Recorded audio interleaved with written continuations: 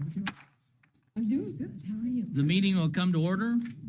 And for public information, a copy of the Nebraska Open Meetings Law is posted in the back of the room on the east wall. If anyone needs to see that, we'll start with roll call. Harris, Here. Knapper. Here. Meyer. Here. Reisig. Here. Blue. Here. If we'd all stand for the Pledge of Allegiance. I pledge allegiance to the flag of the United States of America and to the republic for which it stands, one nation, under God, indivisible, with liberty and justice for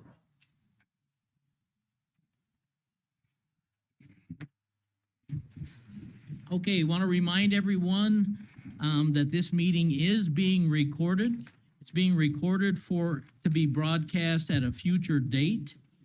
Remember, whoever that would like to speak tonight, you'll need to be sure and come forward. Once you're recognized, state your name for the record and spell your name for the record so that the county clerk can get it spelled correctly in her minutes.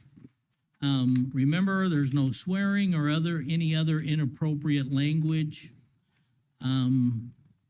We all need to check our cell phones, try and be sure it's on silent or shut off. Want to remind the commissioners that we're responsible to speak into the microphone loudly and clearly and lean up forward towards your mic. Somewhere along the way, depending on how quickly this goes, we may take a break in the middle of the agenda. We'll decide when that will be, or I will, and we'll go from there. So I think that's all the announcements. Let's go to the next item, approval of the agenda and consider modifications. Ms. Kelly, do you have I some? have some requests for changes. Go ahead. Okay, so Weed Authority, we haven't heard information back, so we need to pull all 4 of those items. So all 4 items under the Weed Authority Right. would be coming off. And then, as the agenda was presented, your 3rd general agenda item, Okay, rather than 35,000, that amount should be 37,500. okay. So for those that have the 8.5 by 11 agenda, it's the item at the very bottom of the page where it says $35,000. That changes to 37,500. Correct. Okay, And then one more. okay, Second from the last right above the old business, so the second to the last, Robert has requested to be moved up, and I would imagine you're gonna wanna just move him to right after Board of Equalization, since okay, he'll be right there anyway. okay. So the second to the last item under the general agenda items, which is consider the contract between Scotts Bluff County and Lake Mac Assessment. Robert would like to move that up so he can attend another meeting that he has going on this evening. So would be my intention that we move that up. As Kelly said, it would be the item, to me, it would be the first item under general agenda items. Okay? So you had those 3 items, Kelly. Anything else?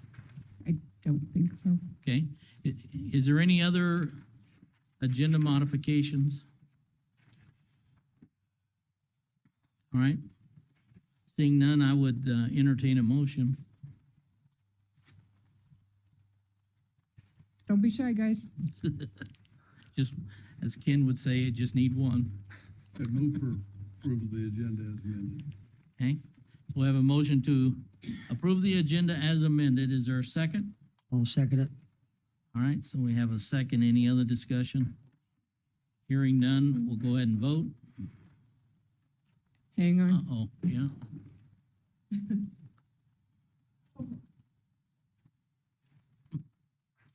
I've never seen that one before, so. That is new. There you go, looks like. Can we do a roll call real fast or what? Up to you. That'd be fine if you want to. I would suggest a roll call. Oh, Just she's here, got it now. Okay. Okay, so we can vote. I didn't take. You have 5 yeses. All right, motion's carried. The next item is the board reserves the right to enter into closed session if deemed necessary.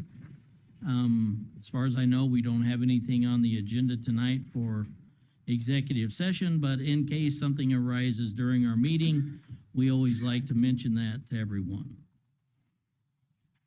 Okay, so the next item is the consent agenda. This item is intended to be, all these items are intended to be approved by one action unless one of the commissioners would like to consider one separately. And I'd ask if there needs to be anything considered separate. Hearing none, I'd entertain a motion. I'll make a motion to approve the consent agenda as presented. Okay, is there a second? I'll second. I have a motion and a second to approve the consent agenda as presented. Any discussion? Hearing none, we'll go ahead and vote.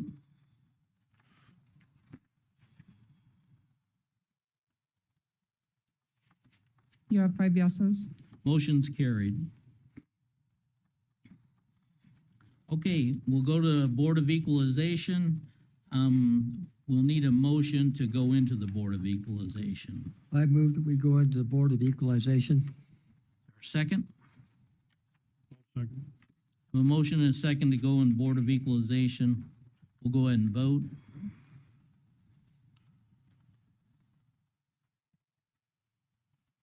You have 5 yeses. Motion's carried. So we'll go to the first item, discuss and consider approval of 2 motor vehicle exemptions for Gearing Prep Baseball. Gearing. We have anybody here to present that and give us the cost? Yeah. Kelly, did you say you were doing these? Mhm. Yeah, Kelly's gonna What's do the it. cost on that?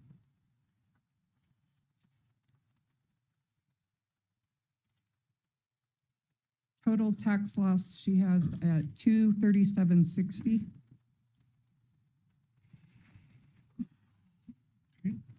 I'm assuming these have been approved in the past. Honestly. Registration date. I apologize, I do not know that one. Okay. They are for a 2016 and a 2020 vehicle. As the vehicles are used to transport players and coaches. Funding for this program is fully funded by charitable donations. And they're a 501c3, I assume? They have to meet her criteria. If they didn't meet their criteria, it wouldn't be on our agenda, guys. And she recommends approval. She looks. over She's pretty close. recommending approval. Yes. Okay, that's all we need to know. Okay, I would move for approval. is there a second? I'll second. I have a motion and a second. Any discussion? Hearing none, we'll go ahead and vote.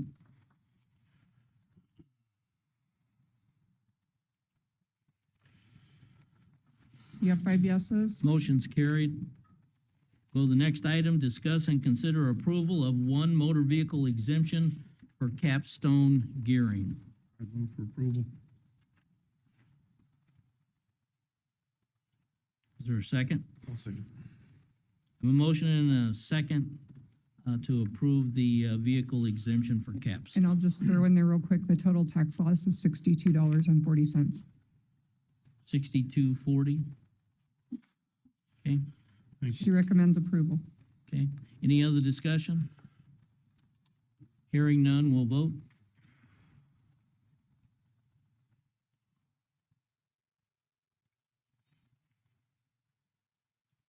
You have 5 yeses? Motion's carried. The next one is to make a decision on Mitchell Golf Course's protest of intent to, for tax filed on 4/1/25 per state statute 77-202.12. Robert, are you gonna handle that?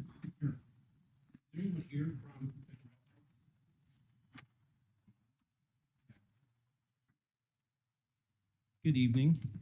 So in your packet, and I also emailed the board a copy of the protest filed by the Mitchell Golf Course.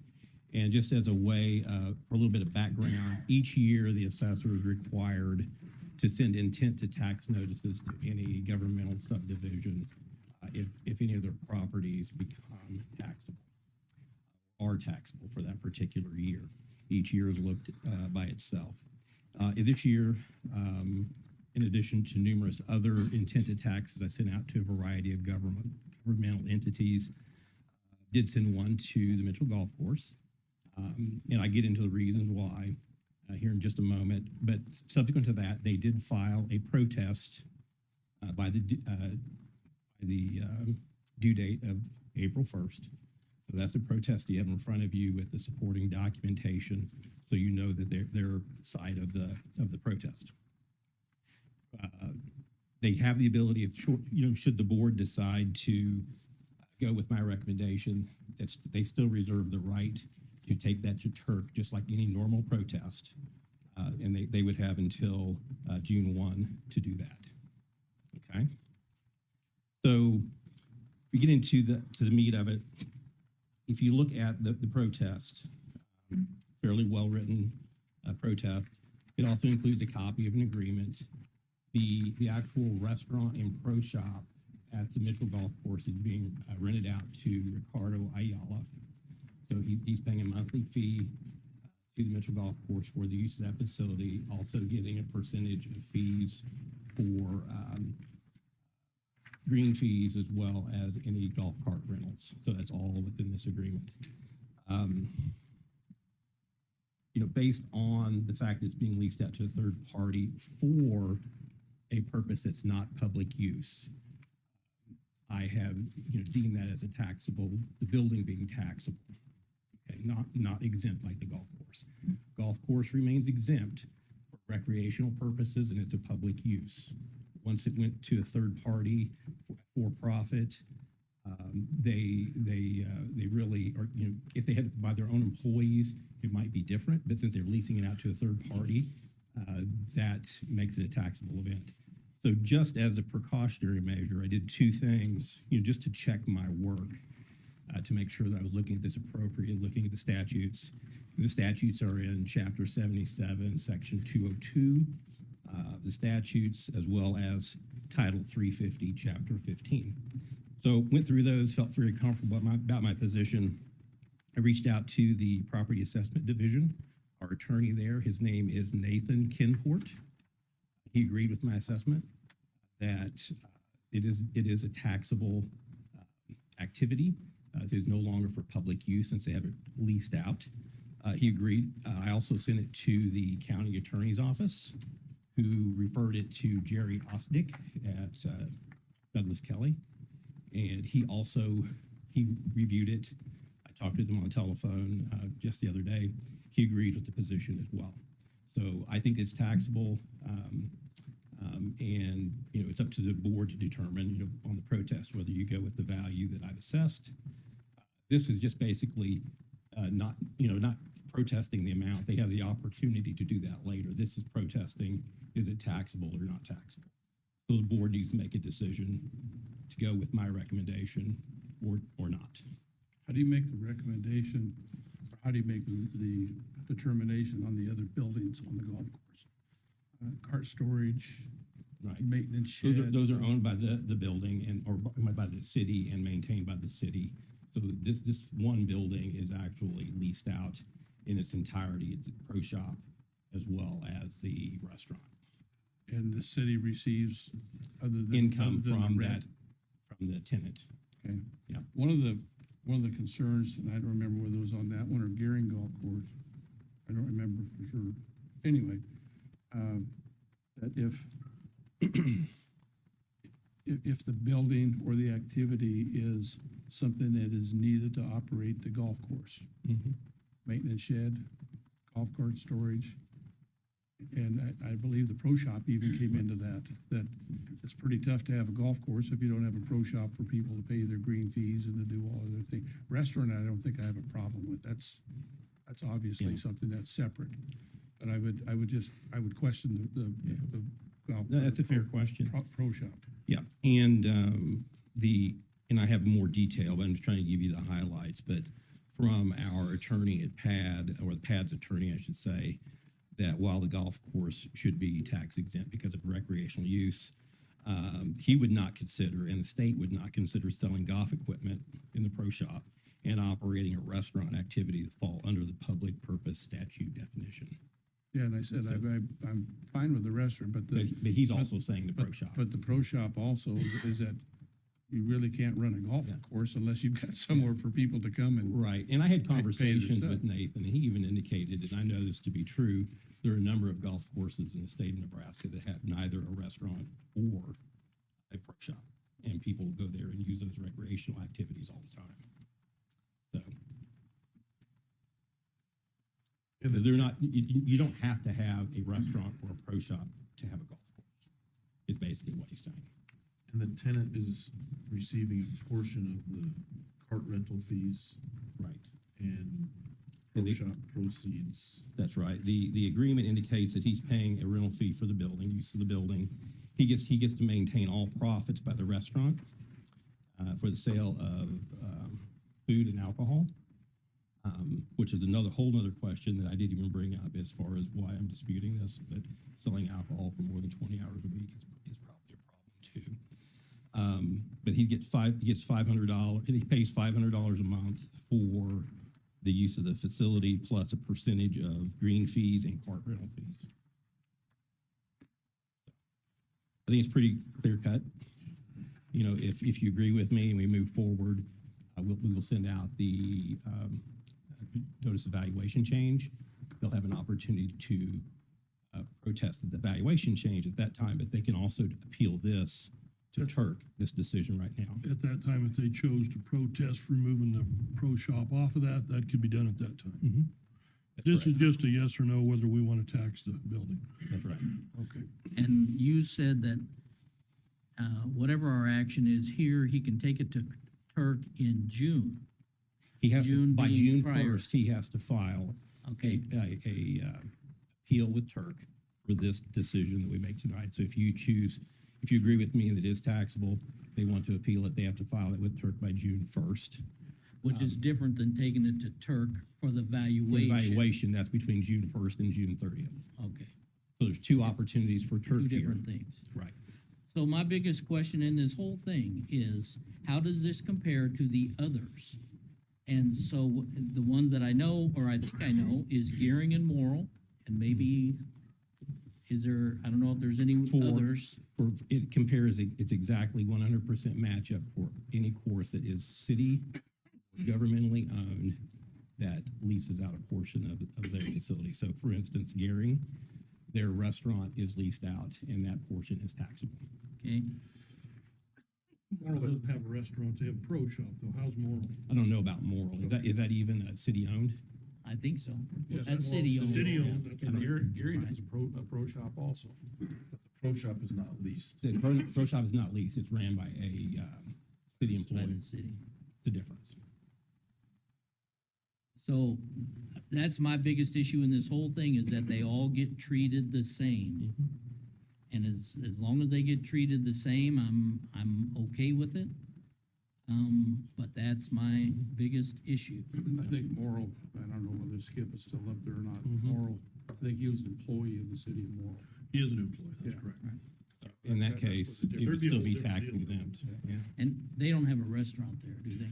They have a little Just the eating pro place shop. that you bring stuff in yourself. They don't sell any food.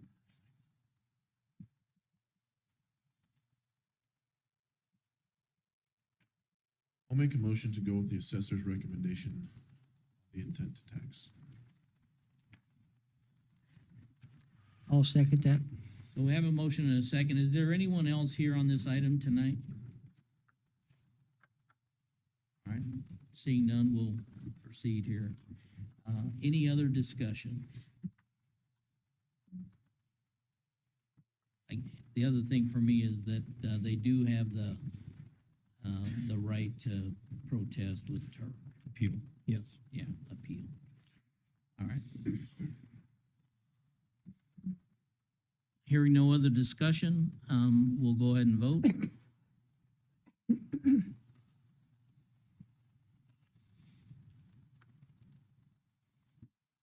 You have 5 yeses.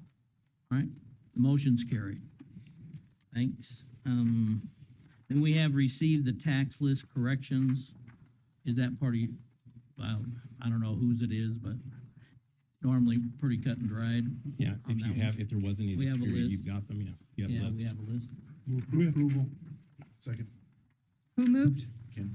Ken? So we have a motion and a second to approve the tax list corrections. Is there any discussion? Seeing none, we'll go ahead and vote.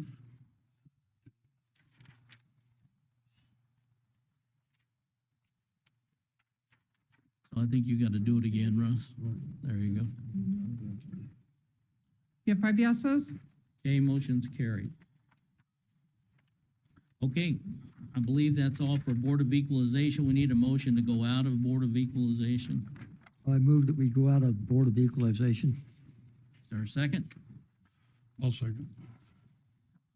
Have a motion and a second to go out of Board of Equalization. Any other discussion? Hearing none, we'll go ahead and vote.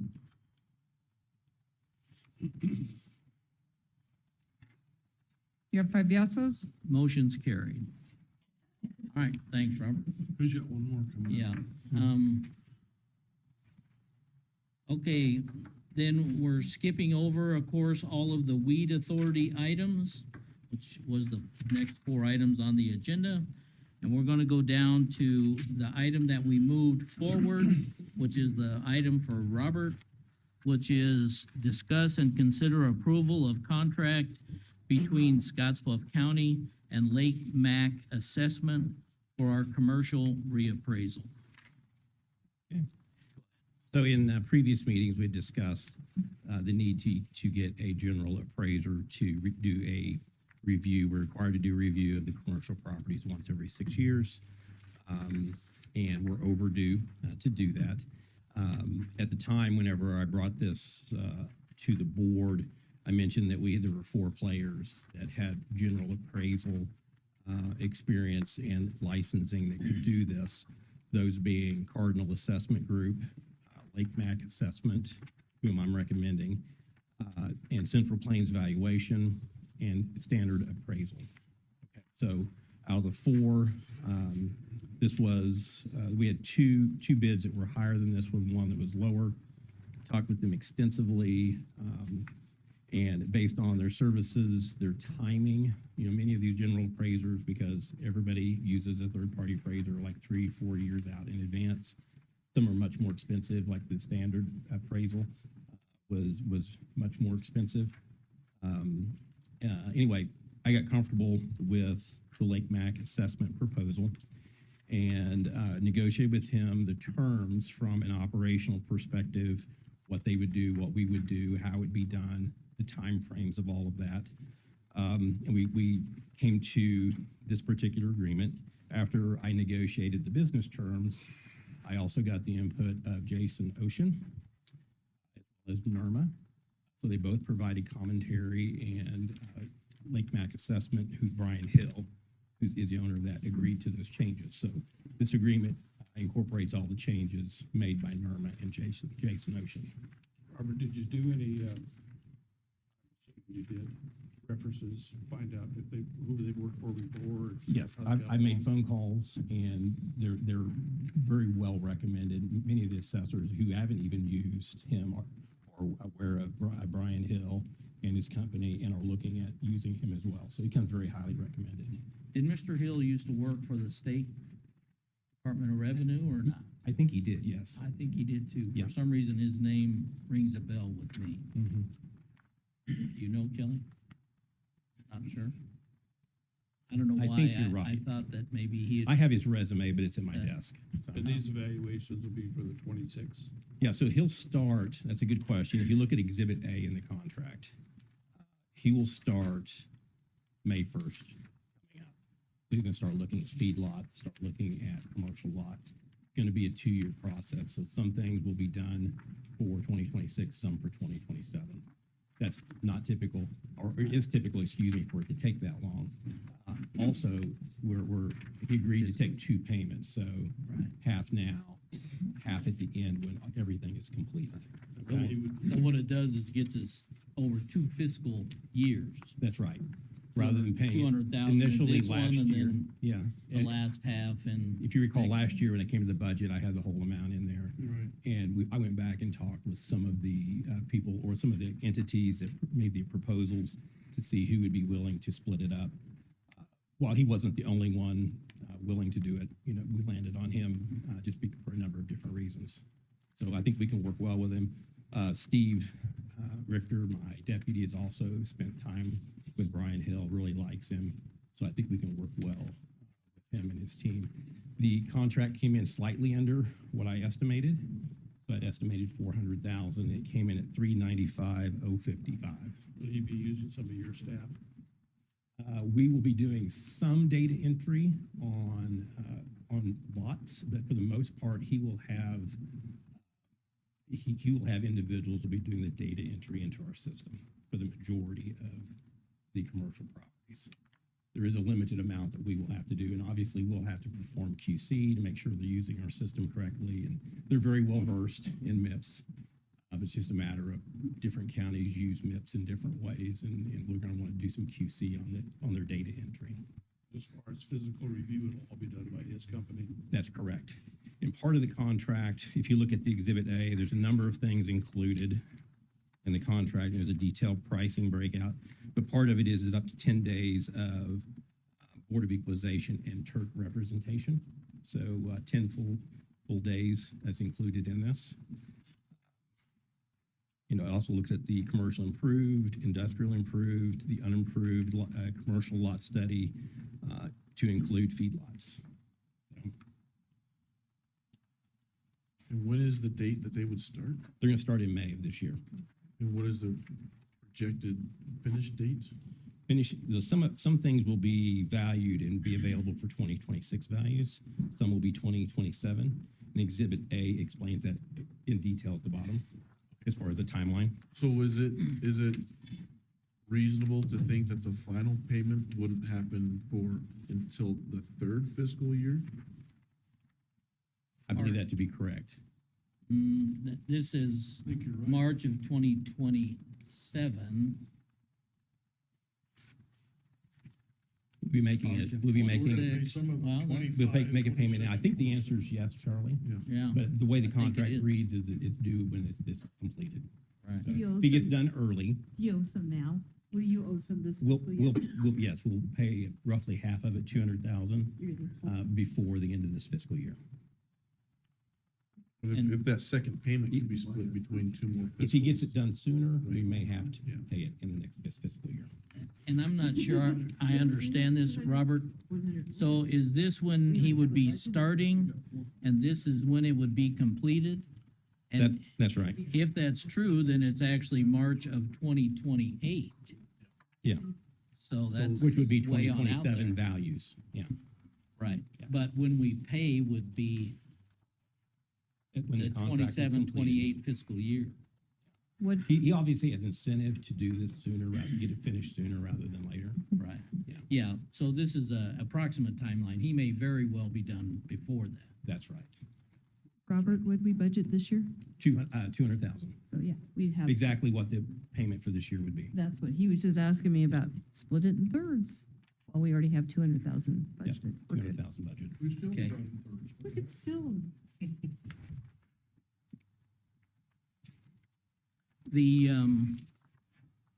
So this is about 396,000. Do you know what the other bids were approximately? Yeah, I can tell you exactly. These were the initial bids. 431,420 by Daryl Standard. Cardinal assessment was 426,800. And there was one very low one, which did not come very highly recommended, which was Central Plains Valuation. They came in at 275. Okay. So the 400 is what you had estimated? That's correct.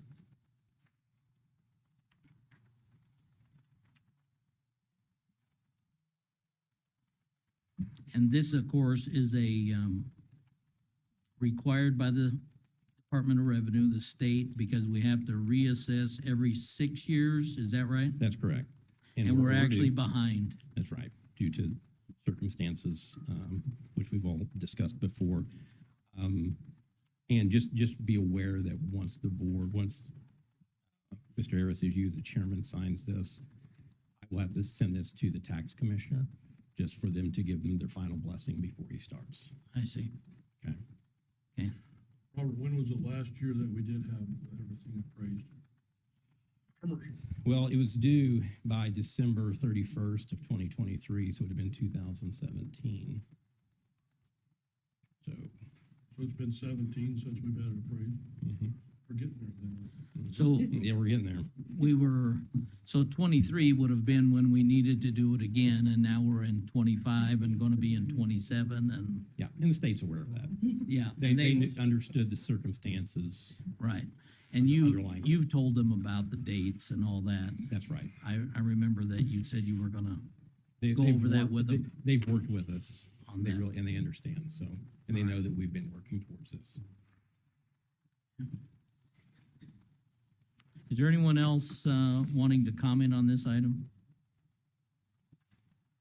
Commissioners, anything else? Do we have a motion? Well, I move that we approve the contract with Lake Mac Assessment. Okay, is there a second? I'll second So I have a motion and a second to approve the contract with Lake Mac Assessment LLC in the amount of, that. 396. yeah, 395, 055. 055, $395,055. All right, any other discussion? Hearing none, we'll go ahead and vote.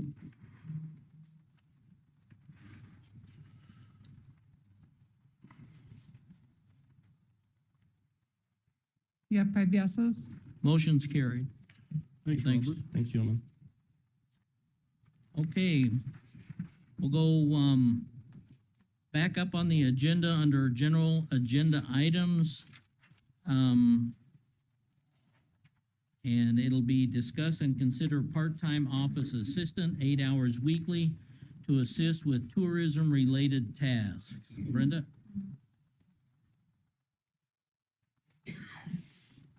Good evening. So during the last tourism board meeting, the board approved an assistant to work in the tourism office, to work 8 hours a week. And of course, we will try as hard as we can to keep it at just that 8 hours a week so that we do not have to worry with any of the health insurance costs, dental insurance, retirement, or anything along those lines. It would just be the annual salary plus Social Security that would come out of the tourism fund. So I think you have this sheet, and that would show that the annual amount then is $7,389.10. And I put that on the agenda because this differs from what we had currently, what we've currently done. Right now, I have a line item that is on the 990. Current expenditures, it's 2545, and that is actually miscellaneous labor, but that's contract labor. So that is specifically set aside for event setup, and it's not used for anything else. So we would have to add this, just new lines under the salary section of her budget, so. Yeah, so she definitely knows this a little better than me, but it's, right at about $7,500 for the year. She doesn't qualify for insurance or withholdings are all in here. It's just social security is the Microphones, only. you guys. What's that? How about Use- that? We need to hear your question again, though. Well, can't turn my head and do that. With only 8 hours a week, that's a part-time employee. To get benefits like health insurance, dental insurance, retirement, you need to work at least 20 to 30 hours a week. Okay, so she doesn't qualify for that. Okay. She or No. he, no, Yeah, she or he. So so, could I, assume that you would be using this person basically as needed? yes, Not particularly guaranteeing 8 hours a week, but as needed? Maybe that's what it ends up. And then, Lisa, is the benefit part of it based upon 8 hours a week or 132 hours a month, or how is that based? To qualify for benefits, you need to work at least 30 hours to get health insurance, 20 hours to get retirement a week. Per week? Yes. Okay. and That- we would be well under that amount. I mean, it's gonna vary a little bit, it just depends what's going on. But I'm really good at planning ahead and knowing what we have coming up so that I can try to keep it just at that 8 hours so that we never go over. I can keep it within that. Right. I Yeah. could see her using this for claims every Mm-hmm. other week, and, well, payroll's pretty easy, but, Yeah, and some of the website work that has been a problem, getting it done timely, so it's just I know we all, basic office yeah. duties. go ahead, Charlie. Well, if the previous position was used only for event setup, why would we be giving this person additional duties in addition to event setup? I, Brenda works Yeah, alone, I the- think it would be some the event assistance she setup needs. person is still separate. The 8 hours a week person would not do the event setup. I They're thought, ju- I thought you told us in the beginning of your presentation that it was to take the place of that event setup person. No, it's in addition to. In addition to, is what I understand. It's in addition to, and right now, just so you know, the event setup, the miscellaneous labor, it's contract labor, we've only used 30%. It's basically, like stuffing bags and preparing the trailer for like both state golf. So boys state golf will come off of the top of that, but Well, I've seen some items, I've seen some payroll, items for that contract person, and sometimes they're logging hours for office, cleaning the office, and that sort of stuff. every once in a while when I needed help. See, before I used the volunteers at So the it's mute. not just event setup, sometimes it's office cleaning. Before, when she was younger, yes. Now that she's a professional adult, she doesn't really work in that capacity anymore. She has another full-time position. So it's just when I really needed her. For instance, I mean, up until now, I used volunteers at the Legacy of the Plains to help me do all of this. And so, taking that away, I'm gonna need some help with some of these admin type Have you, duties. have you asked anybody from Legacy if they would come up and help you with those same duties they were doing before? No, I'm not sure that would be appropriate. Why would it not? If you were getting by with, donated help before. But we were paying them, a rent before, so some of those things came with It this. it didn't go into their pocket. The other thing, did you ask any of the other people, does Kim have any time to help with any of that? Or is there anybody that could help with any of that? Have you checked with anybody in the building? No, Okay. So when they put together those packets, what sort of stuff is going in those packets? it depends what event it is. The state golf is a lot of, giveaways from different businesses that sponsor the event. But yet, like if it's a bus tour, it's mostly just, brochures and maps from the area. So it just depends what event it is.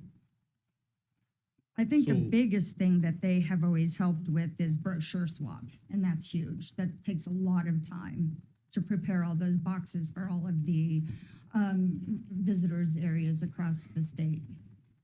When you say that, one of their biggest uses of time was brochure shop. You're saying the legacies? They time, helped me do Their that. donated time was to help with brochure swap. Yes. How important are those brochures? They're very important if we want people to stop here. Obviously, eastbound is not near as important as westbound. And, I mean, I send things to them all summer. So from, York, Kearney, and Brady, they're extremely important. If those materials are not in those rest areas, then, we are not going to be mentioned. And, I know that every time I go to brochure swap, Brady, for instance, comes over to me and says, I will take absolutely anything extra that you have, just because they are constantly handing out those materials for our area. So I have an email In the middle here. of Nebraska. I In have the an, middle of Nebraska. Yeah. Mhm. I have an email here from Jonathan Shadig, where you told him, we are moving away from loading brochure racks with catalogs and cards. There doesn't seem to be anyone who has time to load them, and we are slowly seeing less and less interest in printed materials. I thought this might help you make a decision about your rack at the truck stop. His previous email, he was asking you to help him stock racks, and you told him racks, brochures were a dying breed. And now you tell us that they're very, very important. So I don't have those brochures though. He was offering to give them to you. There's one in there, and the last time that we offered that, it sat empty, and then they constantly keep calling me because those are not our materials. So those are materials for everywhere along the byway. And to get that information from those people is almost impossible. I took on this task about 6 or 8 years ago, and I never had anything but my brochure. It's different when it's a visitor center and I have access to our materials that I need to set out. But to try to count on everyone else from across the byway to get me the information that we needed, it was proven a failure. Jonathan made it work because he traveled that byway and picked up those materials from people. And I certainly don't have time to do that. So Jonathan goes to brochure swap. No, That's what he told me. no, he's never gone to brochure swap. So He is not a NEDA member, and you have to be a NEDA member to go to brochure swap. I've taken the byway materials for him, but he doesn't go. So let's just back up a little bit where you said brochures are very important. And then you told Jonathan that we're moving away from loading brochure racks. There doesn't seem to be anyone who has time to load them up, and we are slowly seeing less and less interest in printed material. That's the issue right there, is there's nobody to load those racks.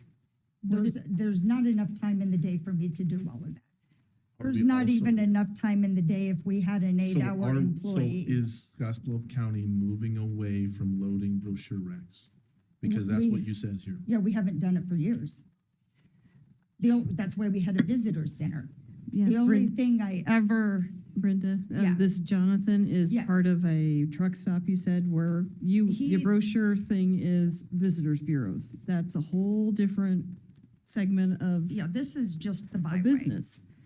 Are you We talking don't about load- brochure racks, Microphone, not please. at the legacy, but in other areas? Is that Yeah, what you're we referring used to have 3-tiered racks everywhere, and we got away from loading those for many reasons. Number one, our brochure is too big for those racks. It doesn't fit in there anymore because we needed to go to more of a booklet form. And second of all, somebody has to drive around and stop at every single one of those locations. We haven't done that for 6 or 7 years. But we pay someone to do that. No, we don't do it. We don't do it anymore. We don't stock any brochure racks. All we had was the visitor center. We do not stock any of the 3-tiered, racks in town, for years.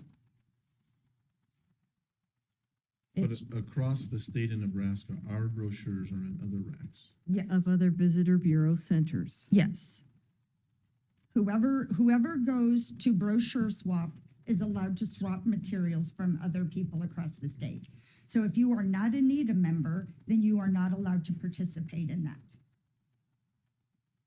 So when you say we are moving away from stocking brochure racks, Yeah, we haven't done it for 7 years. In But- truck stops. Right, so how many dollar, you just told us a month ago that we have $40,000 printed worth of brochures. yeah. So we're not moving away from, just because you're not physically loading the rack, we are loading racks across the state. Is that not true? The Visitors Bureau, I load, our brochure is across the state, yes. But in Scotts Bluff County, at all of the different locations, like Arby's, Subway, all of those, we don't do that anymore because we can't. That's why the Visitor Center was so important. That Visitor Center was loaded with everything that we had. And then the attractions also, we take things to them. I take things to the Scotts Bluff National Monument 3 times a week in the summer. And that's all the destination. It depends what it is. I mean, it depends what the item is. I don't go around town and stock, agate fossil beds all over town. No, I don't. We don't do that. We haven't for a long time. And this is one of those single brochure racks that I'm talking about right here. This is the byway. And we don't pay byway dues, none of that. So we already have a visitor center, and that's what I suggested that he do with that. Can I, Dave, you and I had a conversation, you might want to come up. You and I had a conversation a while back about how your volunteers were loading the racks out there and how quickly they emptied. I was surprised by the number, or at least the frequency that. David Wolf, TVADWOLF. Yeah, it could be weekly. We'd be replacing stuff. Matter of fact, today we had a couple come in and they asked where our brochures were. And the only So- place you did it was at the Legacy, nowhere else. Is that correct? I mean, as far as brochures are concerned, we were just Well, talking about. we actually deliver our brochures, our rack cards out to other places when we notice that they're empty. So, I mean, we try not to rely on Brenda Okay. for that specific, but, a lot of people say, and we had this conversation, I don't know, 8 years ago within the tourism committee about, well, everybody's going digital. No, they're not. They're still pulling them out of the pulling it, rack. Yeah, I think last year we gave away 35,000 of the Destination West Nebraska. And we use it as maps, because, they're folded out, here's the Northwest. Okay, you're going to Shadron, here's this, and this that you can do. Here it is. You don't have to look on your phone, right there. And then they use their phone for more, a deeper dive into whether they want to go to or not. But this is at the Legacy where Yeah. they're eating these, okay. I'm sorry. I The wasn't sentence getting here that says, we are slowly seeing less and less interest in printed materials. I mean, Well, You're as saying- as an industry, they are. right. As a whole, yes. I mean, we still hand out things in Scotts Bluff County. We still have money to print. We still give money for people to market things. But slowly, yes, as an industry, people are getting away from it. I know one time a month ago, you talked about how there was only like 17 things from Scotts Bluff County, but 50 things from everywhere else, which is totally expected. We don't have that many attractions in Scotts Bluff County, and they can't all afford to print things. All of our mom and pop places can't afford to print. That's why my brochure that I hand out across this state is the most important thing that we can possibly do, because everyone is listed in there. Every QR code is listed to take someone to all of our places. Yeah, I mean, we've got all of our restaurants, we've got all of the attractions, we have all of the hotels, all of the events, everything. And if I could just real quick interject on that, we also trained our volunteers to promote the area. So we're giving out Monument, we're giving out Agate, we're giving out Wildcat Hills. We're telling them to go to the Log Cabin or Mixing Bowl or Old Lays or whatever. So there's less of the local information because we're really trying to promote them, get them to stay that extra night. So I have a couple questions. First of all, I will only say that when we were talking about the, moving the office, the issue of volunteers versus having to hire someone, that was not mentioned. That was not mentioned to this group right here that I know of.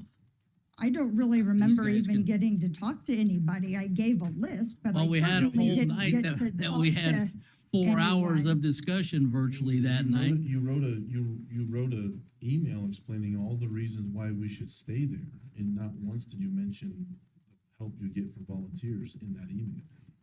And I'm sure that had I thought for 1 minute about sitting here for the past 3 weeks, doing everything by myself, it would have dawned on me. Right. I mean, obviously, I think the board should have been a little more involved in this process, and we probably could have handled it differently. Well, But and certainly I believe that we were looking for information from you. I didn't hear it from you. I didn't hear it from Dave. I didn't hear it from anybody that said, we have volunteers there that help us, and it's gonna take a salaried person to replace the hours they spend helping me. I never heard it that way at all. Well, So I just want to say that Right, it's and- all done and over with now. Let me ask about the racks. okay, So when I was out there and seen the racks in that foyer, and that's what we're talking about. yes, I believe I saw, it was, I think, 3 metal racks, 2 over here and maybe 1 on that side. Would that be true? Or maybe 4 metal racks? well, we had the spinning rack with all of the travel guides. Okay, And then there was a metal or a wooden shelf that had many racks on top of it, you know, for maps and for different things. And then behind me, there was also some local things in there, and there was also stuff from other places. That's how brochure swap works. I mean, obviously, we exchange things, so I have to bring back theirs if they're going to take mine. so the story is that there's those racks, and that's what was called the Visitors Bureau or the Visitor Center. Would that be correct? Yes. All right, and Dave, are you saying that now that Brenda is no longer there, that you want that stuff out of there? Is that what you're saying? Yeah, we already moved it. Okay, Can we and, move it up here to the courthouse? It should be in front of her office anyway, shouldn't it? well, who owns it? Us? No. Who? The plastic rack, we own The one of racks. them, but everything else the museum owns. Okay, and so what you would do there is try and fill those racks with brochures, however you felt was appropriate. When it was there, or now? Well, so I'm understanding they're your racks. Maybe you've moved them out at this point. So do you intend to have any racks out there the way you want to fill them No, we're going to repaint and do something else. in that area? Mhm. Okay, So Now, they're not necessary, then they're not necessary to the county. well, no, You're well, we basically have them in the removing- museum. Pardon me? We'll have them in the You museum. said you moved them out. Yeah, no, well, I moved them out from the, whatever it's called, the You vestibule. relocate. Mhm. Okay, so they're still there. That was what he was trying to ask you. well, so Well, what you're 200, saying is yeah. you're gonna relocate those racks into the museum, is what you're saying. Yeah. And so are you Well, there's saying only that, one rack. The metal one, I don't know if that's ours or not, so we kept that there. Do you have a wooden one or a plastic? Is it a wooden one in the For middle? we have a plastic one, there was a plastic one that was hanging on the wall that had the rack cards. Over on the other side, so the west wall, Was that's that where we wood? had the maps and kind of the event calendar stuff. We're gonna keep the event stuff there. Is it gonna stay right there then? The event stuff, well, That's yeah. double. well, that's, maybe that's answering, my question in my mind about whether, if the racks are gonna be, some of the racks are gonna be there with some of the same material that you're interested in keeping there, Mhm. apparently. And then, there may be, I guess, whatever we don't have there that we think we need to have, then we can decide where else that we might want to display them, whether they're displayed here or displayed someplace else, but we'll figure that out. But I just want to be sure that I understood, because at one point in time, I thought I understood that those racks were there, but if Brenda's office moved to here, that all those racks would be gone. That's what he Well, just said, and then he. well, From- gone other than No, they're moved. Got moved from They're that moved. area. They were moved out of that area. Right. First you said you. So took where them all are the way they out. now? No, I You said took they were them gone. out. No, I said took them out of the area. Where are they now? They're over by the community room. So they're So still, we actually get to engage people instead of Can them we- just coming in and leaving, why didn't you do that before? because that's not where the visitor center was. You guys had that set up before I was there. What about putting some in motels, Brenda? Do you put them in motels as well? Sounds like a win-win for I- Legacy. I don't. But I mean, no, are our yeah. brochures presented in motels? Yes, too? in That's what in we which, still have a- we in still have a- whichever areas that, We still have a presence in there, I mean, we still have brochures in the community. yeah. So, I mean, we have two companies that we pay to Okay. distribute those. That's what I would, that's what I would, Yeah. okay. And so it, okay, it, so hold on. I it got you. depends I got you. which area that, it depends which areas we choose to put those in, like the Cabela's thing, we've talked about that. You just told us a few minutes ago that we don't pay anybody to distribute brochures. In the community. If I want my brochures in hotels, there's just so many different pieces to all of this.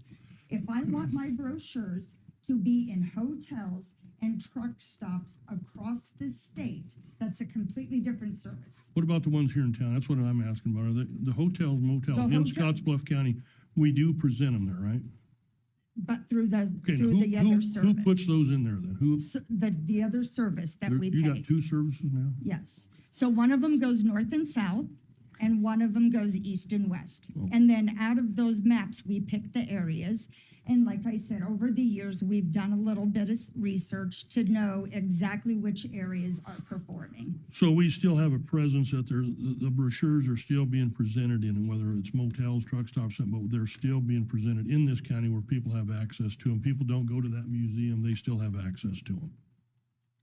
Yes, Perfect, minimal, perfect. That's- very minimal. Well, it's no different Yeah. in there, that's pretty So, minimal. out there. And, Mr. Harris, if I can go back and, I don't know, maybe the first part of this was kind of misunderstood.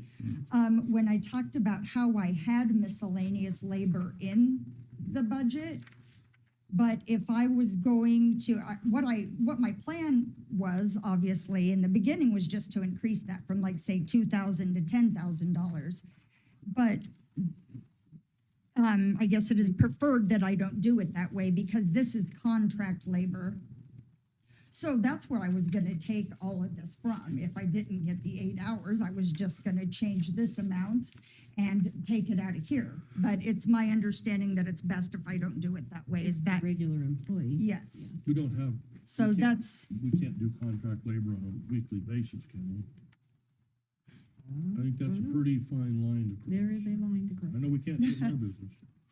right, well, and I didn't know that. That's why, obviously, Lisa is the one who helped me prepare Sure. this document so that I knew, I didn't know you couldn't do that. I have no idea. I've never had an employee after 13 years. I've never had one. So she helped me through the process, but I was willing just to increase this line item amount and pay from there, but we can't do that. Mark, also you had mentioned about, during the conversation about moving, I don't recall anything about having to hire somebody, but I do recall, and I don't know whether it came from Brenda or somebody else, the volunteer work that we were getting from the Legacy of the Plains volunteers.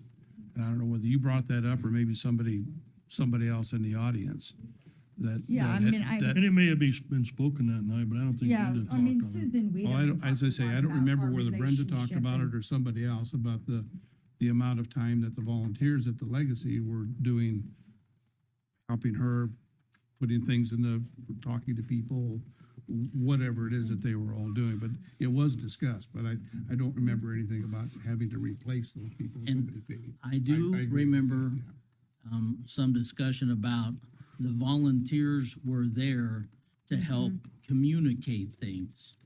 I didn't remember it being, and they stuff bags and those kinds of things, and that there was parts of that was going to need to be replaced or backfilled, so to speak, and that then it would require an additional person, part-time person. But then one other question that I would also have, again, I'm not totally against this person. In my opinion, it would be on a as-needed basis.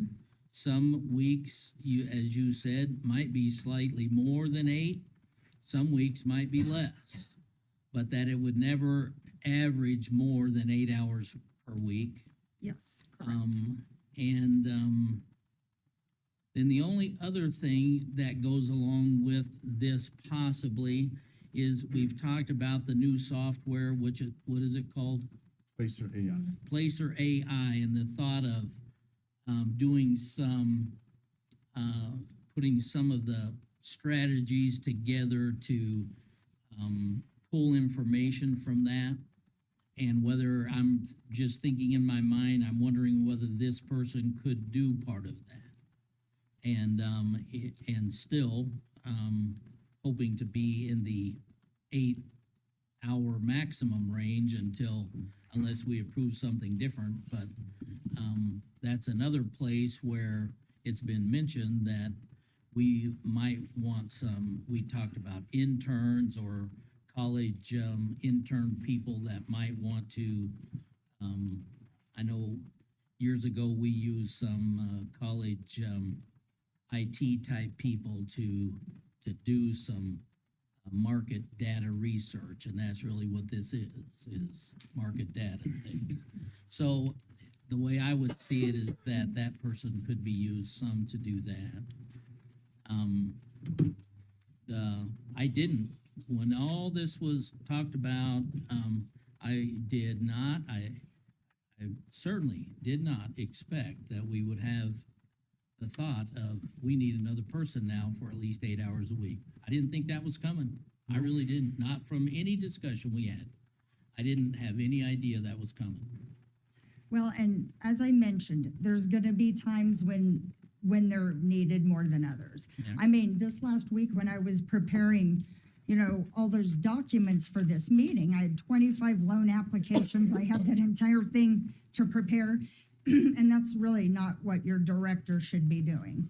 I mean, that's clearly administrative type of things that would help me out so that I could do what I needed to do, instead of working hours on Sunday to make up for that. So, This went to the committee, correct? And they approved it? yes, they approved it.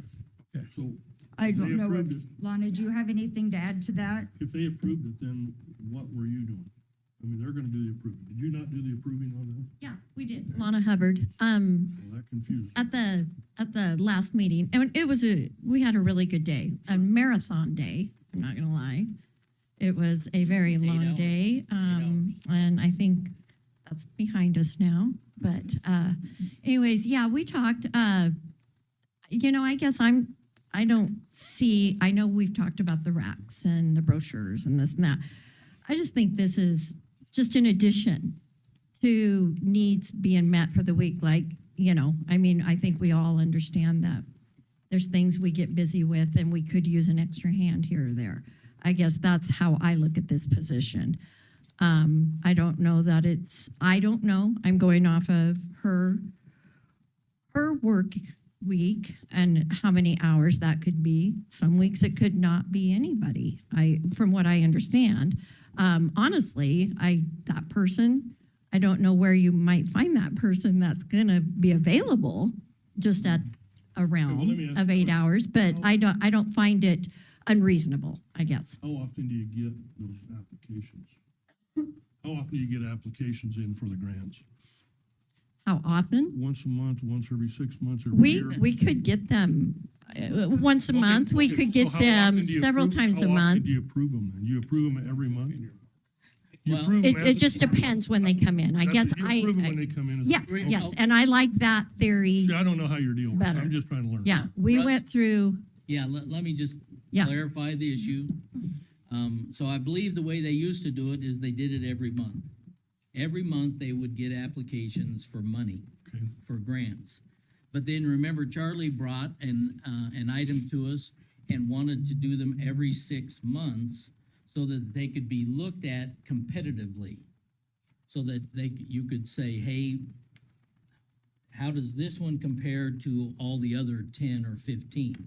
Well, that's why we had a marathon session, because it hadn't been done, I believe, or wasn't going to get done again for 6 months. They were, the intent was to go every 6 months. And so if I remember correctly, we had 20 or 22 applications for that day, and that's why we had a marathon 8 hours. Well, we had the business meeting first. correct, Then we went to the grants, and it was an 8-hour session. We went Yes. from noon to 8:10, I think is when I. and left. what I will say is by the end, I had to really focus because you start losing a little bit of interest, and I don't feel that's fair to those grants that are scheduled, at the time frame that they are. Like tax protests to me. Yeah, And then, yeah. well, I didn't Once, finish do it that twice, story. Do it twice a year, that's not a big deal. I didn't, yeah, and. For me, it was. So- I didn't prefer that. 8 The hours is committee, a I lot. Yeah. will tell you that the committee, that night said, we prefer to do this every month Yeah, and go back to the way we used to do it.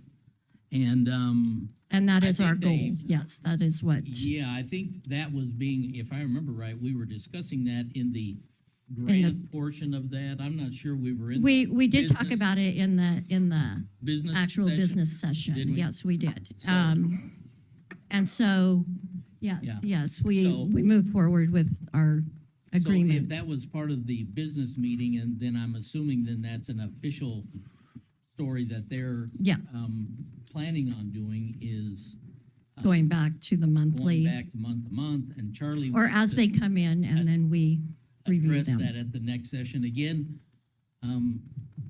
So I guess our focus here tonight is on this person, 8 hours, and I'm But I- hoping that we don't turn into a marathon session here tonight Exactly. No, we don't about the need whole that. tourism thing again. because I'm sorry. That's what we've done for the last 2 meetings. Mhm. And quite honestly, I hope that we've discussed it and rediscussed it and rehashed many of these items.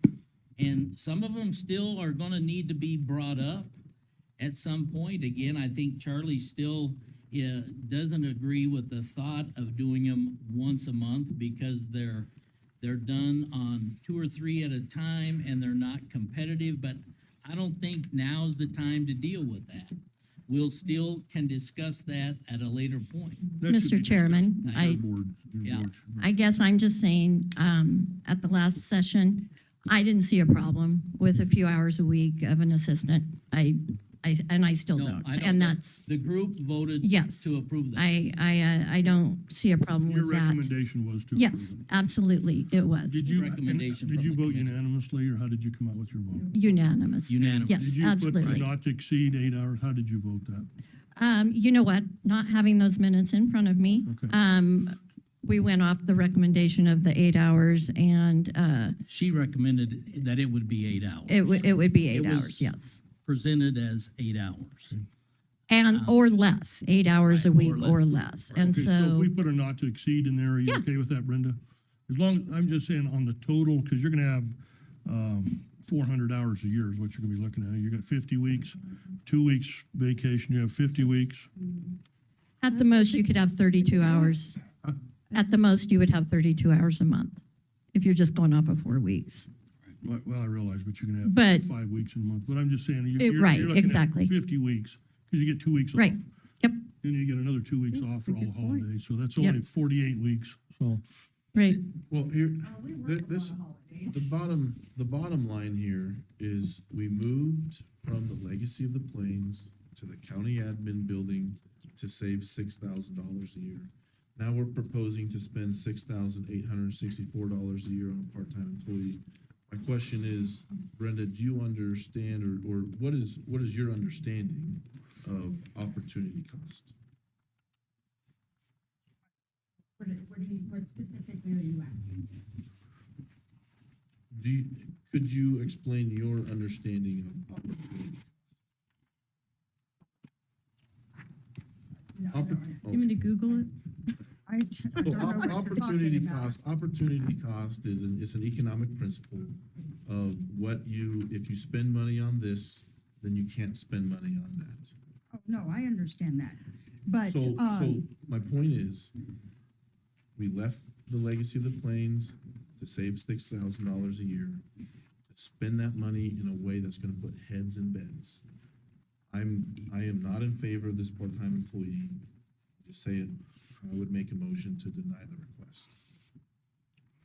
That is my motion. No. Well, I want to discuss, we have a board that pretty much governs her, do we not? No, They don't govern her? no, they do not. They don't They advise. govern, they advise the- offer recommendations. We might be in a marathon here because then I'd like to know what we as a board do. Well, what I understood was advisory. We're an advisory board, so with that, where do you want us to go with it? Because it does not matter what we advise or suggest. Well, It's always hit with a wall. Well, let me just tell you that I think you're not any different than our planning commission. All right?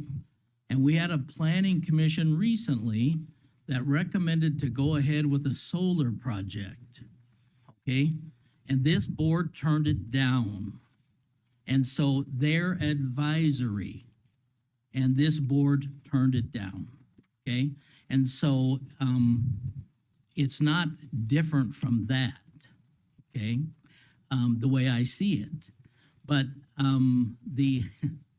you and I just, and I will tell you that Lana sent me a lot of information 2 weeks ago or 3 weeks ago in an email, and it really helped me to help me understand the position as to what is the role of the tourism advisory board, and what is the role of the commissioners in this, and so I've tried to establish, I mentioned it to Charlie not too long ago. I said, I would like to know what, because there's several state statutes that govern part of what's being talked about here. There's some county policies and or county regulations that govern part of this. There's some tourism board policies that have been made that governs part of this. And then there was a fourth one I thought I had, but I thought there were 4 different things that had some impact on how the tourism function happened. And You're correct. You are, and I had to educate myself yeah, and I'm really trying well to- with it. I'm trying to learn some of that, and I appreciate the information you sent me. But anyway, We have a motion on the floor that has. Well, yeah, but we got, well, we have a motion to not hire this person. Do we have a second? Hearing can none. we, just a second Okay. here, if you can change that motion to, at this time, to move it down the road just a little bit. You've worked for us how many years? Almost 13. How many? 13. 13, and we haven't had an employee. Can we look at you just got moved here last month, or the beginning of this month. You haven't even been here 30 days. I would have no problem relooking at this in 3 or 4 months from now, but I don't think in 3 or 4 weeks that you've been here 13 years without a person with your help. Okay, here we go. Ma'am, hang on. You're not next. I'm not ready. wait. You're I have the you're floor. not wait. next. I'll Ken wait. is. Kim? But anyway, I would like to, if you wouldn't mind changing that, to look at that again at some point. Because We she's need- we just need to moved make in a here. decision on this motion before Well, we that's what go. I'm trying to We can do. die for lack of seconds. Right. And that's where it's what headed we're waiting unless you're for. seconding it. I would second a motion that we would look at it down the road. Then he But needs, that's We not haven't that been here he needs 30 to days. change the motion. Right, I'm- that's not that motion. No, not I know that that, I know. Okay, so that motion's gonna die for lack of second. So I'll just say, just for the record, 2 weeks ago, Mr. Harris told Brenda and Chuck Heeman while they were standing at this podium that this board can deny any request from the tourism committee. And Chuck Heeman stood there and said, absolutely, we understand that, absolutely. This board has actually never denied a request from the tourism committee, ever. So we shouldn't be all up in arms over this one item. I will make a motion to table this. That'll be my motion to table. For how long you gonna table it? The next meeting or what, Charlie? I think we get through the tourism season, we see what kind of workload she experiences. Can I ask a question? Not yet. Let's see if we get a motion and a second, then we're gonna do discussion. I'll second the tabling. Okay, and there's no time limit to that at this point. Okay. All right, we have a motion and a second. We are gonna take some discussion now. Kim, we're gonna let Kim, Something out quick.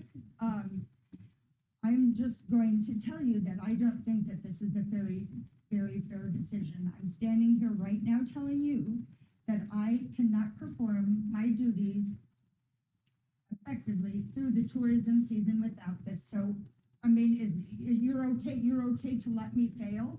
No, absolutely not. You told us Because I earlier need that you help. would you still have the contract labor dollars available to you because you said you've only spent 30% of them. And you still have that available to you. But I can't use them in that way. You've used them for everything from event coordination to office cleaning. But You can, Brenda, if it's not a regular employee. I mean, You you're can- hiring this week, but then call the person back in 2 months. If that's what, I thought you wanted more regular help. If you Yes, want, if that's you want what- regular, that's what- regular weekly, you can't do contract labor, but if you're gonna have somebody this week, and like she said, skip a week, skip 2 weeks, you can use that money for I that. think if you want us to be effective and do what we're supposed to be doing, it's going to have to be at least 8 hours a week. okay? I- And that, I had a question about, okay, so we talk a lot about comparison counties. Tell me about Lincoln County, tell me about Buffalo County, tell me about Dawson County, visitors bureaus. Do they have just one employee? heavens, no, I don't know anybody that has just one employee. I mean, even all of the officials here have helped, everybody but me. You have contract labor written into your budget. For $2,000. I need $7,389.10 in order to make this work the way that it's supposed to. This contract labor is for something else. That is for off-site work when we're preparing events. Do you have any record of the hours that were spent by legacy employees stuffing packets? I've never had to write a grant. We've never done any kind. They helped me for multiple. I mean, I don't know, did you really think that all this time I was doing all of that by myself? We're moving in a direction of making data-based decisions. Okay, that has been clear for several months. We need the data to justify the money spent here. Well, as soon as I get an employee, then we can That's gladly, not how job make a forecasting list works. of That's not how everything that job they do. cost, that's not how job costing works. You don't hire an employee to see if they can fill the time. I'm interested in hearing from these other people, so let's let them speak. Kim? My name is Kim Bowman. I live at 1755 19th Street in Gearing. I've never seen more experts on every goddamn subject than this board, whether it be solar energy, now it's tourism.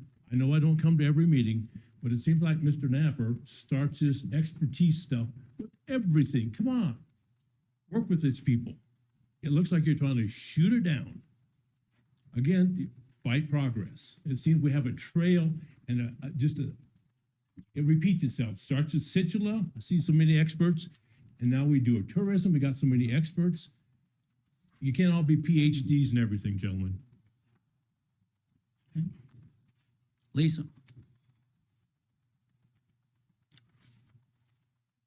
Lisa Betts Marquez. I really didn't want to talk tonight. I just want to back the truck up a little bit. We had something that was working at Legacy of the Plains Museum. It had worked for how many years? 10 or 11 years. And I don't think that Brenda necessarily would have realized until it was gone all the help and assistance that she received from all those volunteers. My mom is one of the volunteers. She absolutely loves helping whenever Brenda needed help with anything. And I know that all the ladies felt a real sense of pride being able to help the visitors to our community when they needed information. And the discovery brochure that Brenda's talking about, I just kind of want to, I paid to advertise in that a couple years ago. It was a lot for me, my little business, the Peaceful Prairie Campsites. And it's really important to everyone who's listed in it and who pays for advertising. And I would really like to know where are the people going to find it now? We don't have a visitor center anymore. And if you think that putting it outside of Brenda's office is a good idea, well, tell me how many people have access to this building during the weekend hours and how that's going to work. So I guess I just like to suggest that perhaps members of this committee could humble themselves a moment and think perhaps we jumped too quickly. Perhaps there were some emotions involved and some frustrations with individuals or with organizations that weren't necessarily seeing eye to eye with you.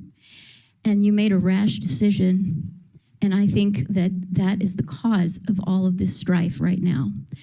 I love this county. I love the tourists. I love the land, the people who come to my prairie and camp there.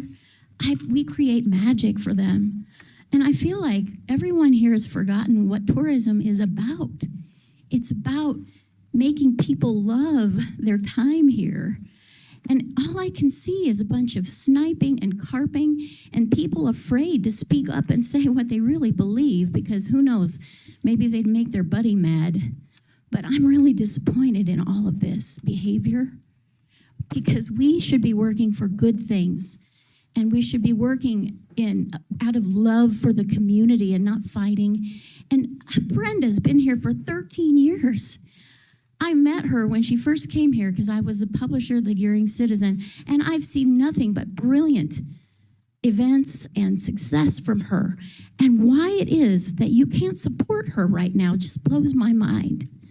I don't get it. So please, and support the advisory board. Support them. They spend so many hours sitting through all these grants and doing all this work, and you guys can't support them? I don't get it. So please, I'm not trying to accuse anyone of anything. I'm just asking you, your better selves, to dig into your hearts and ask yourself, why are we fighting over this? Brenda needs help. You didn't realize it. Maybe she didn't realize it when you moved her out of the legacy, but she needs help now, and it's going to cost some money. And please don't deny her that help before the very beginning of the busiest season of the year. She needs it now, not in 6 months or whenever. Okay. We just made a motion to table this for the evening. Can you hear me on this thing? Talking right in it. Anyway, we just made a motion to table it. What I'd like to do is research it just a little bit, if I may. This is the first time I've had a chance to look at this thing, and 8 hours is almost like a nothing burger. And then I hear that all you folks that have helped for 13 years are not interested in coming up and helping for 5 minutes. It really concerns me that it's not that we're letting Brenda down. It seems like all the people that was at the Legacy of the Plains now decided that they can't come to the courthouse and help her with anything. Doesn't that seem odd? It doesn't seem odd at all because their job is to volunteer as docents for the Legacy of the Plains Museum, and when they're done, they go home. I mean, Brenda would walk across the sidewalk and ask for help, and they were able to do that. To me, that I'm doesn't just even saying, compute. isn't it that nobody could come up here and help her with any of that and just to visit or have a cup of coffee or? Are you willing to, Russ? I do a lot of those things. Yeah, I mean, I do a lot of those things too, but I spend a lot of time on the road. it's not for this county. she's not a nonprofit. She's a county employee, or she's a county employee doing, a government Well, I agree. service. But like I said, So- we're right in the middle of the tabling at this point. To Okay. I'd like to look at it a little harder because this all landed in my lap here. Yeah. Short notice. I mean, that's from last meeting to this meeting. Now we moved her last meeting. Now we want to hire somebody else. This is, kind of fast. I want to look at it. Well, I agree with you that 8 hours a week is a nothing burger. I think It she is. It's deserves really a 12 or nothing burger. 15, to be honest, I but agree. nobody So, agrees with me I just because they wanna- want to keep it low for the county and keep that budget low.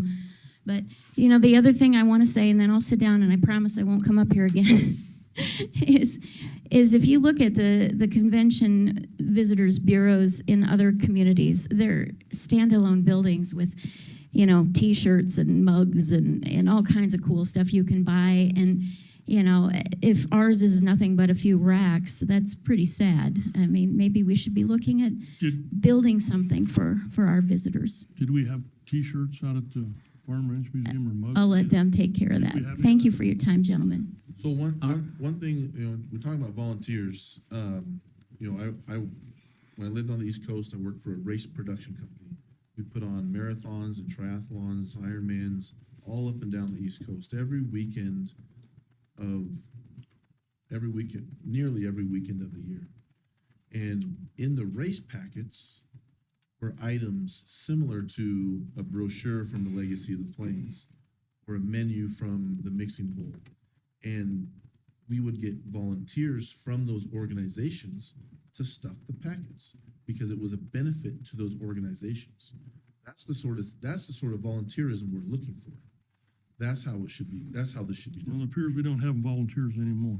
Well, So- if they're not willing to volunteer for it, why are we the ones that have to put the bill for it? Guess that's how it works. Go. Gentlemen, we've got, she's looking at 8 hours a week. That's going to be paid by the tourism group. It's not even coming out of county taxpayer dollars. You're going to be, well, I don't know if you're going to approve them or not. Well, I guess we'll find out. Several events that are going to be happening throughout the summer. And we're going to be expecting one person to do the things that you're asking her to do in this office over here, plus all of this other stuff. 8 hours a week, 8 hours a week for some help. If that was another department head standing up here asking for help, would they be scrutinized as badly as we're doing to her? Not even close. Well, let me say We something. need to table it, look at this thing and I- figure if 8 hours is even enough. Maybe 8 hours isn't enough. I don't get it. At budget Sorry. time, we absolutely did. And I'm not At saying we budget shouldn't. time, we said, no new employees. I see, That's what we said. right. And that's virtually what we did. No, I remember that. But I do admit that one of the things about no new employees primarily applied to the general fund. And those places, or employees that were paid out of the general fund. And this isn't. This is out of the tourism money.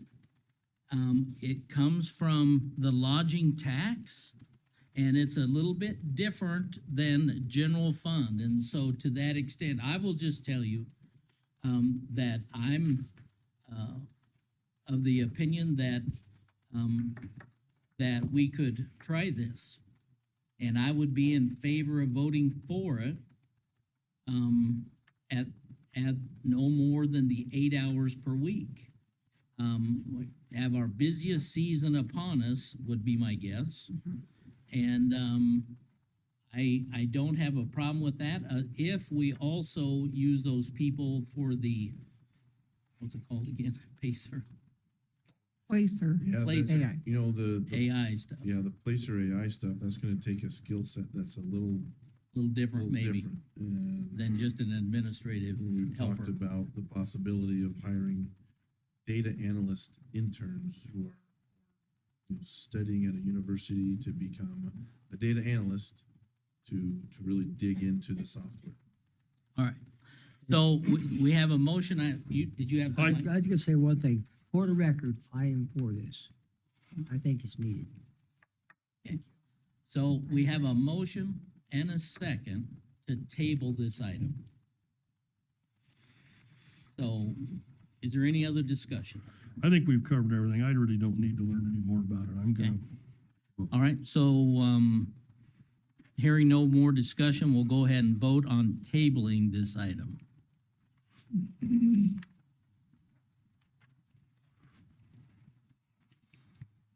Okay, so the You votes are 4-1, and, so it's not tabled. now we have to address the item. Hold up, I would move, hold up, please.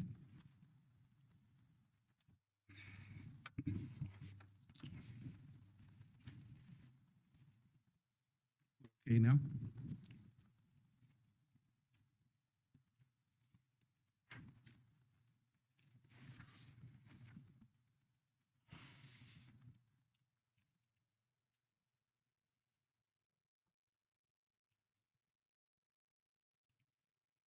Okay, Okay, I would move that we approve the hiring of a part-time assistant, Not to exceed. not to exceed 8 hours, paid for by the tourism committee.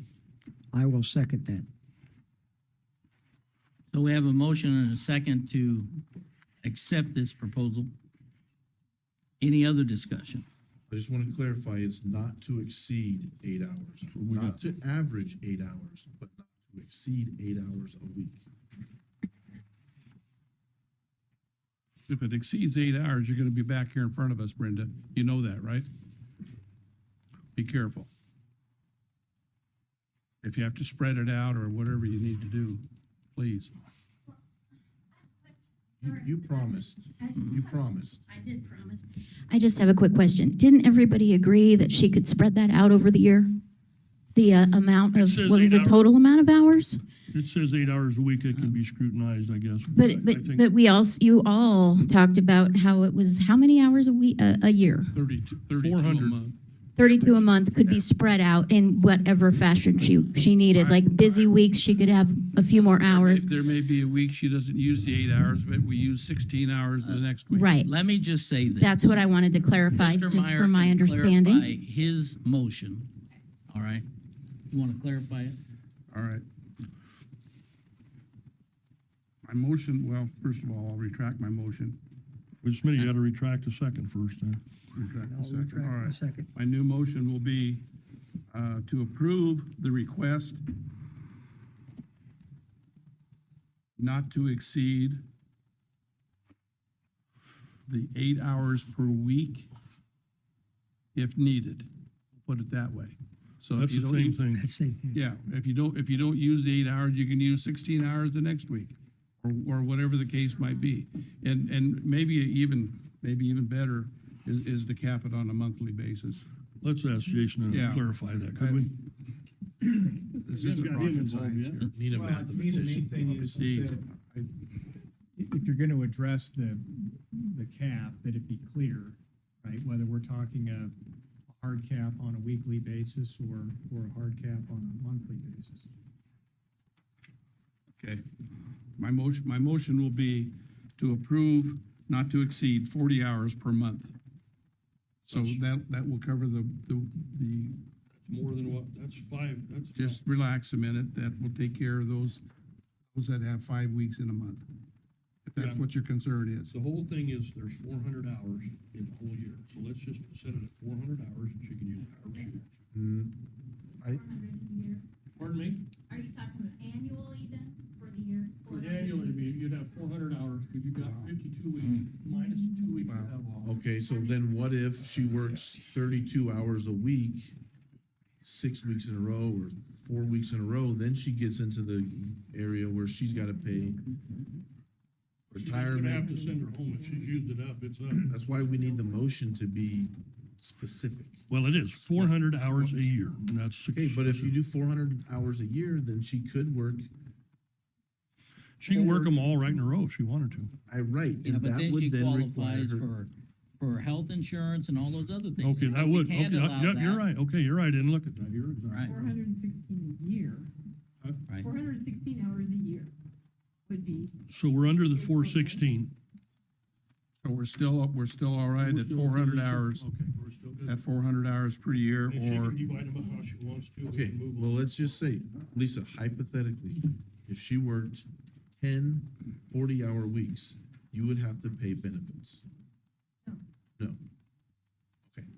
10, or, oh, you're talking about, okay, I'm sorry. Yeah, you're putting 40 hours in a week, but yeah, if I you go think 40 you hours in a would. week. You have to go an average of 3 months over full-time hours, Okay. and I think. okay. you'll I'm be gonna keep the fine. motion the same. The motion is not to exceed 40 hours in 1 month. Is And gonna that work would at take, 40 that hours would a take day? in the months that have 5. 40 in 1 month. Let's please not go over that. Brenda, whatever you do, don't go over that, No, because we'll never get through it. Do we have a second? I'll second that. All right, we have a motion and a second. Any other discussion? Let's go ahead and vote.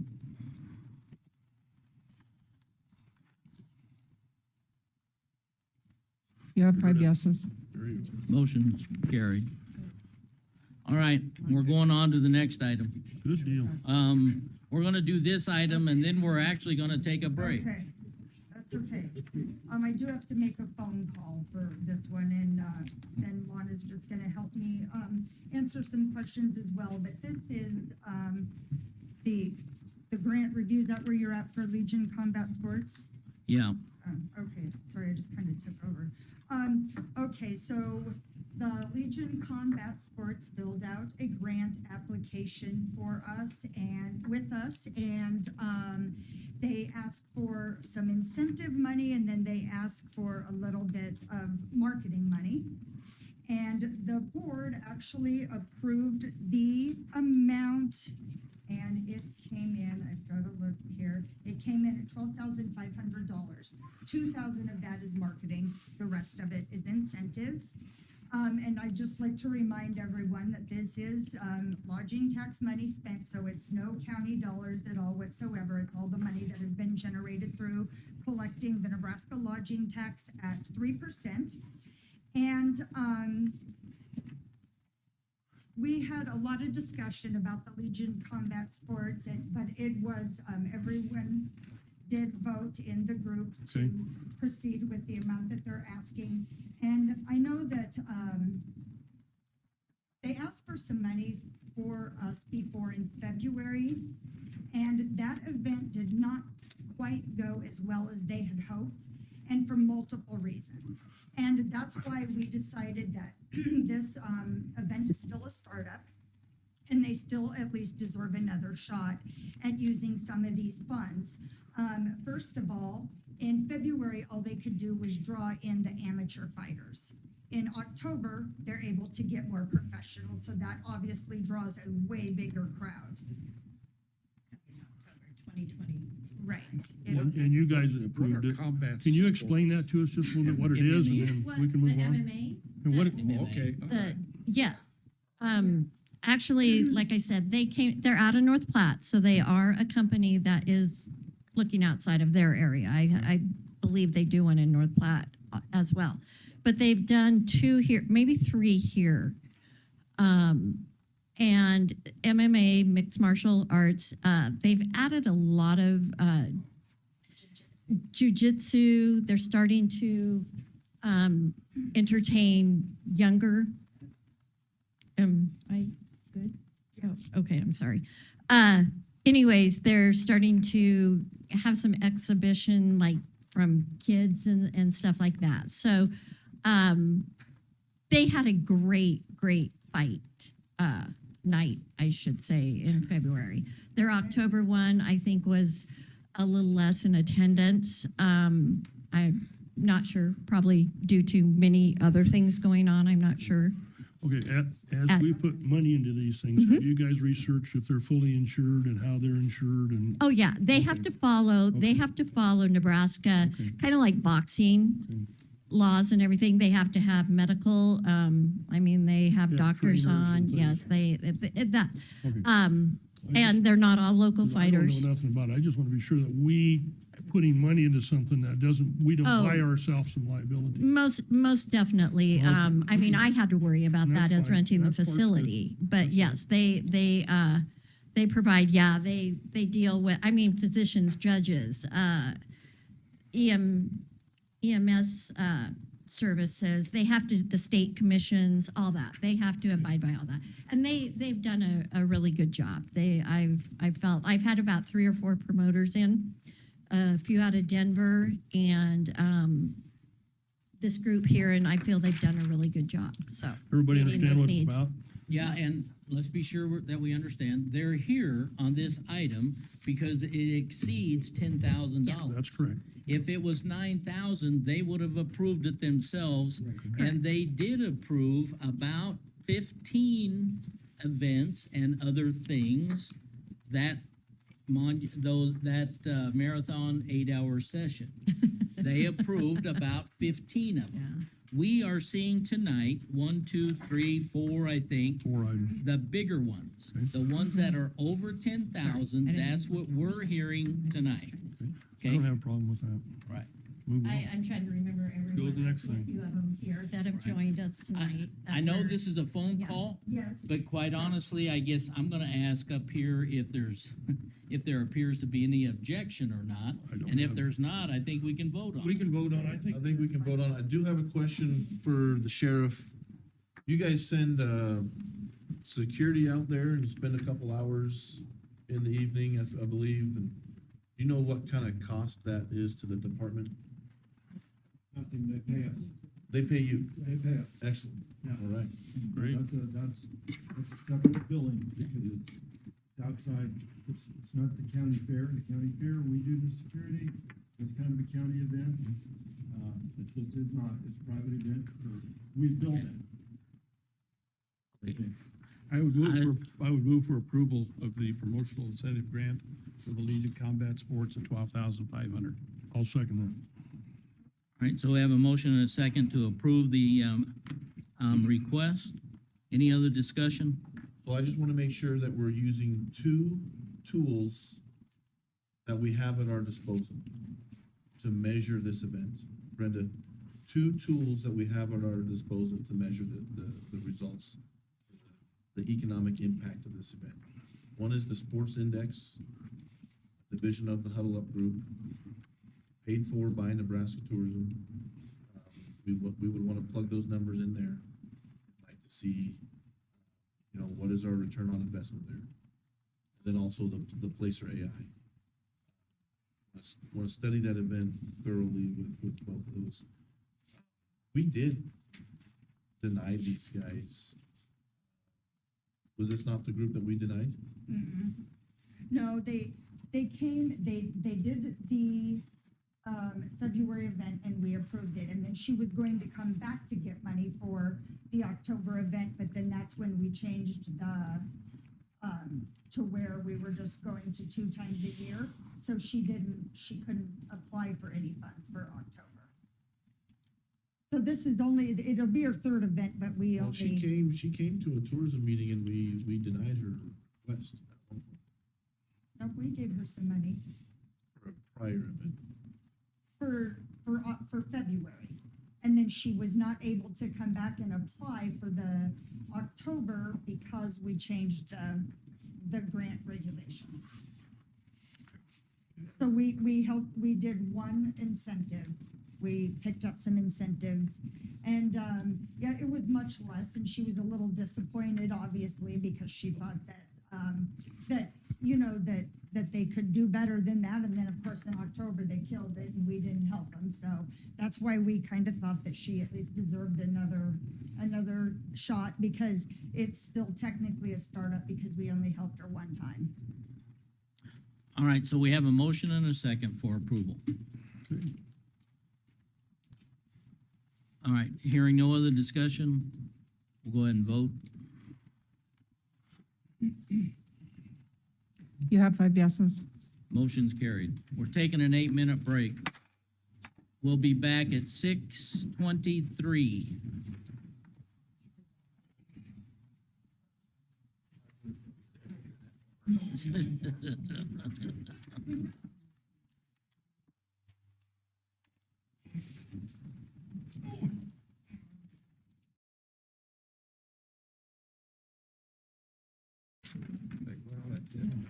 Gotta get electric start on it. Go. Ready, Kelly?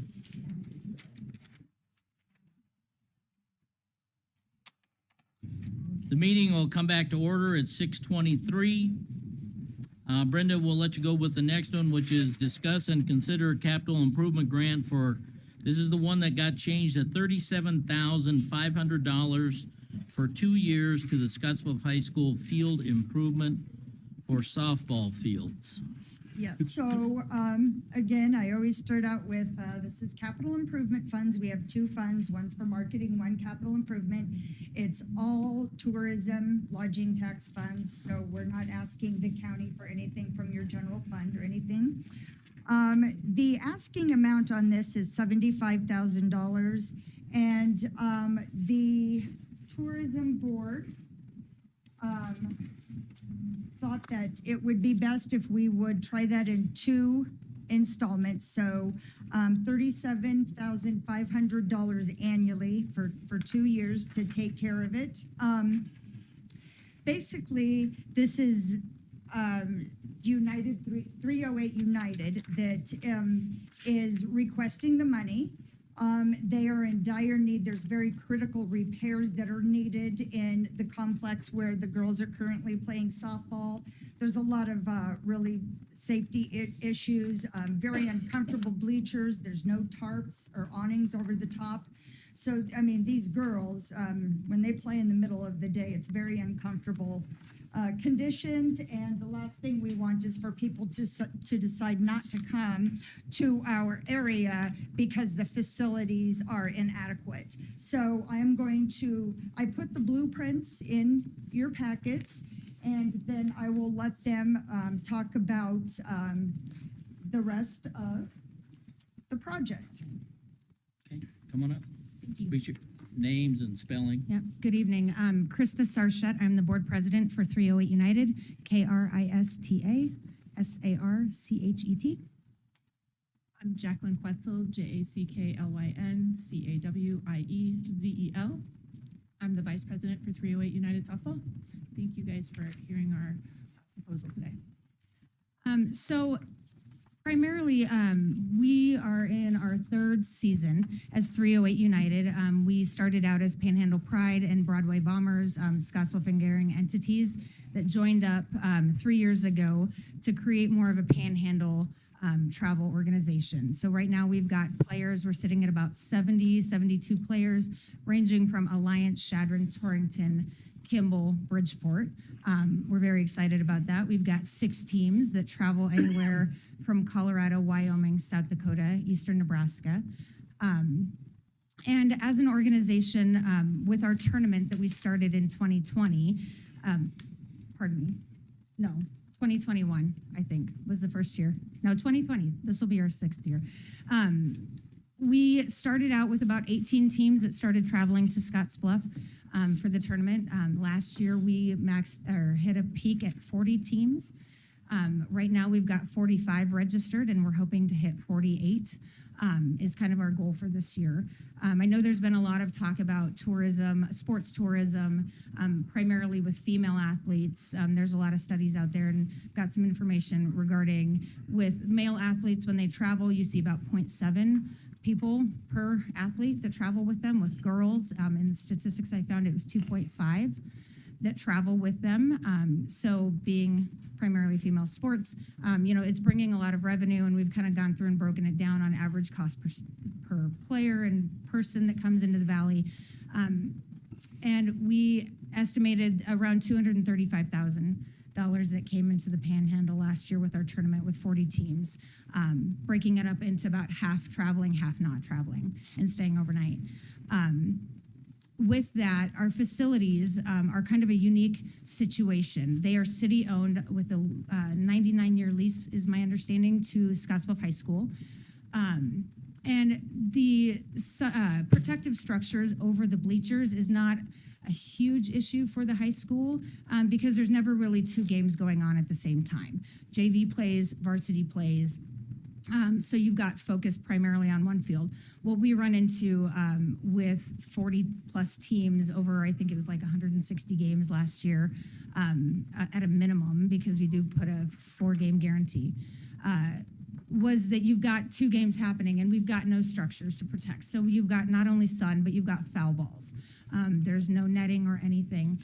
And so looking at increasing this event and trying to bring more people to the area, make it more inviting, because we are really focusing on bringing teams up from Colorado, bringing teams from South Dakota, and our numbers are increasing as far as those teams coming from that area, and we're getting really excited. But we need to keep focusing on those structures. So we've put together a bid, BNC Steel put together a bid for us to match the awnings that are over at 23 Club, which I believe the Tourism Committee did help fund as well. Back then, we would love to be able to make our bleachers and everything look just like them, but unfortunately with the water table and what we face there, it's not really a possibility to undertake. But so we are working on grant funding. We've received some money from Oregon Trail Community Foundation. We're reaching out to Scotts Bluff County Tourism to really help get this project off the ground. We've gone to Quivy Bay. Quivy Bay had initially told us back in December that this is absolutely something they would love to help fund, and kind of gave us an idea of where they could help us fund it, but they needed us farther along the process. So we're requesting $75,000.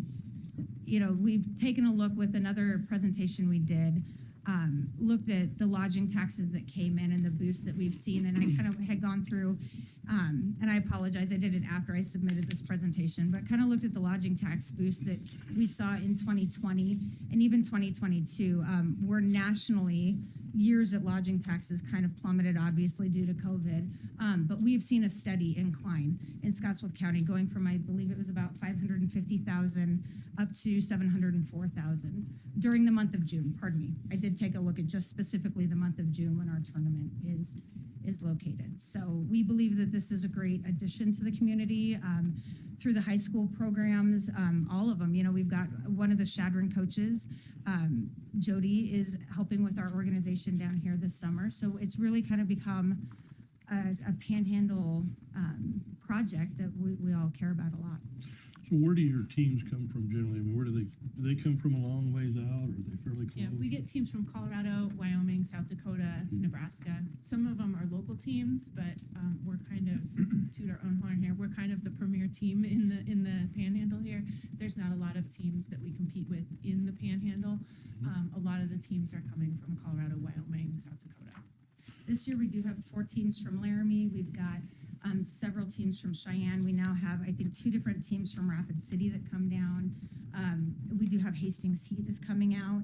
We're seeing a lot more Wyoming teams, Valor Valkyrie, which was a new one this year. So we're really excited to. And we know too, like, because we travel with our girls and the fields and facilities that we travel to, we decide if we're going back next year based on like what are the amenities in the community and what's happening at that field, because I don't want to sit in the blazing sun all of July and also have to have my head on a swivel for softballs coming from any direction, which has happened. 2 weekends ago, I took a foul ball straight to the center of my back in Denver, at Arvada. So I mean, it's not pleasant, and we'd hate to see that happen here and have somebody get injured. And it's a tournament that is growing, and improving our facilities only helps it to grow more. And we took a hard look a couple years ago at one of the things that we saw was a big need was we started paying our umpires more, and we've created a really good network of umpires that we're bringing in as far as North Platte and up north towards Rapid City. So that has been a huge improvement and has helped bolster those number of teams, but we feel like this is kind of the next step that we could help build this program within the area. I got a question about those umpires. So you got a grant from the city of Scotts Bluff, $5,100. Yeah, $5,200, which is actually about a fraction of what it it's to costs. help cover the hotels. And honestly, when I did it, it was based off of what we projected last year, and I realized we spent more than that on them, and we're adding 3 to 4 umpires this year, so that cost will be even greater. But we pay out about $15,000 to our umpires over the course of the weekend. It's that, honestly, in my opinion, as a coach, has been the deal breaker. Having those professional umpires that the parents aren't yelling at, they're not yelling at kids. I mean, I love to build umpires within the community, but if it's a 14-year-old, 17-year-old girl behind the plate or a 30-year-old man, it just tends to run smoother. So one of the largest or one of the loudest objections to sports tourism in our area is the inability to hire umpires. Why have you been successful in doing that? Dan Fox used his resources through the high school. We had a really good umpire in Shadron that Alan Toof is actually his name, who does the high school games. So we knew he does football as well. So Dan reached out to him and said, hey, we want to make you our UIC, our umpire in charge. So Alan comes in, he gets all of his contacts and he brings them, we put them up, we've also gone through and created an umpire's room with food and water and we just really take care of them, honestly, to make them want to come back. We take care of them, and we also make sure that our fans stay appropriate. Yeah, we've had to deal with a couple of parents and escort them out just to create a happier atmosphere for everyone. So Alan has been pivotal in helping us grow that. But we went to a series about a month ago called the Bubble Series in Colorado, and it's actually in a dome. It's really cool. But I reached out. I'm at the UIC. I got his name and number. He's with a bunch of college umpires, and he said, during the summer they're not overly busy, so constantly trying to make those contacts and honestly being competitive in pricing. The one thing that makes it hard for us is we don't pay mileage, but we try to take care of them on the back end as much. I've got a couple of, let me preface my questions, is I think it's great that what you're doing. I think it's wonderful. Question number one, and I think I heard part of it. Land is owned, or the facility is owned by the city, leased back to the school district. What kind of money are you getting from the school district to help with the improvements? Anything at all?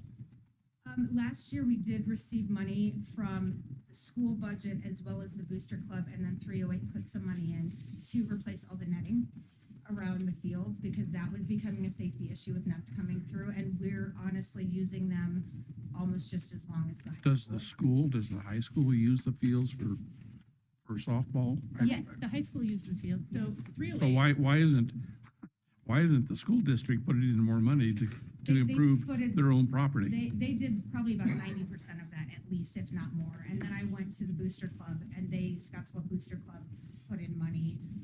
And then they used their staff to put them all up. The cherry picker, I believe, that they rented. Yeah, So it yeah. was all them. And these plans have all been taken to the schools. Okay. And had them looked at by. Because the 23 Club is owned by the city, and I know the city does a lot of work on the 23 Club stuff too. Yeah. I think it's great what you're doing. I've just a little burr about having to improve facilities that taxpayers are already paying for. You see what I'm saying? We And I'm agree. okay So with that. The but- sort of the conundrum of the softball fields, we wish it was just owned by the city because then we could complain that the girls' facility is pretty darn squibbly if we look at that boys' facility across the parking lot, right? But so the city owns it, the school has a lifetime lease on it, which means that nobody is responsible for it. Where are the fields located? Just, I don't. Just north of the school. North of the high. Junior high. Okay, Right beside one at a time, one more time. What? Right next to the 23 Club, between the 23 Club and the Scotts Bluff High School. Okay, all right, So where Thank the you. high school girls play, Yeah. if you know where that's at, so. okay. Yeah. So they play on the field that, Yes, we play on those that fields you're trying to raise money to August improve. 15th to October. Okay. Yeah.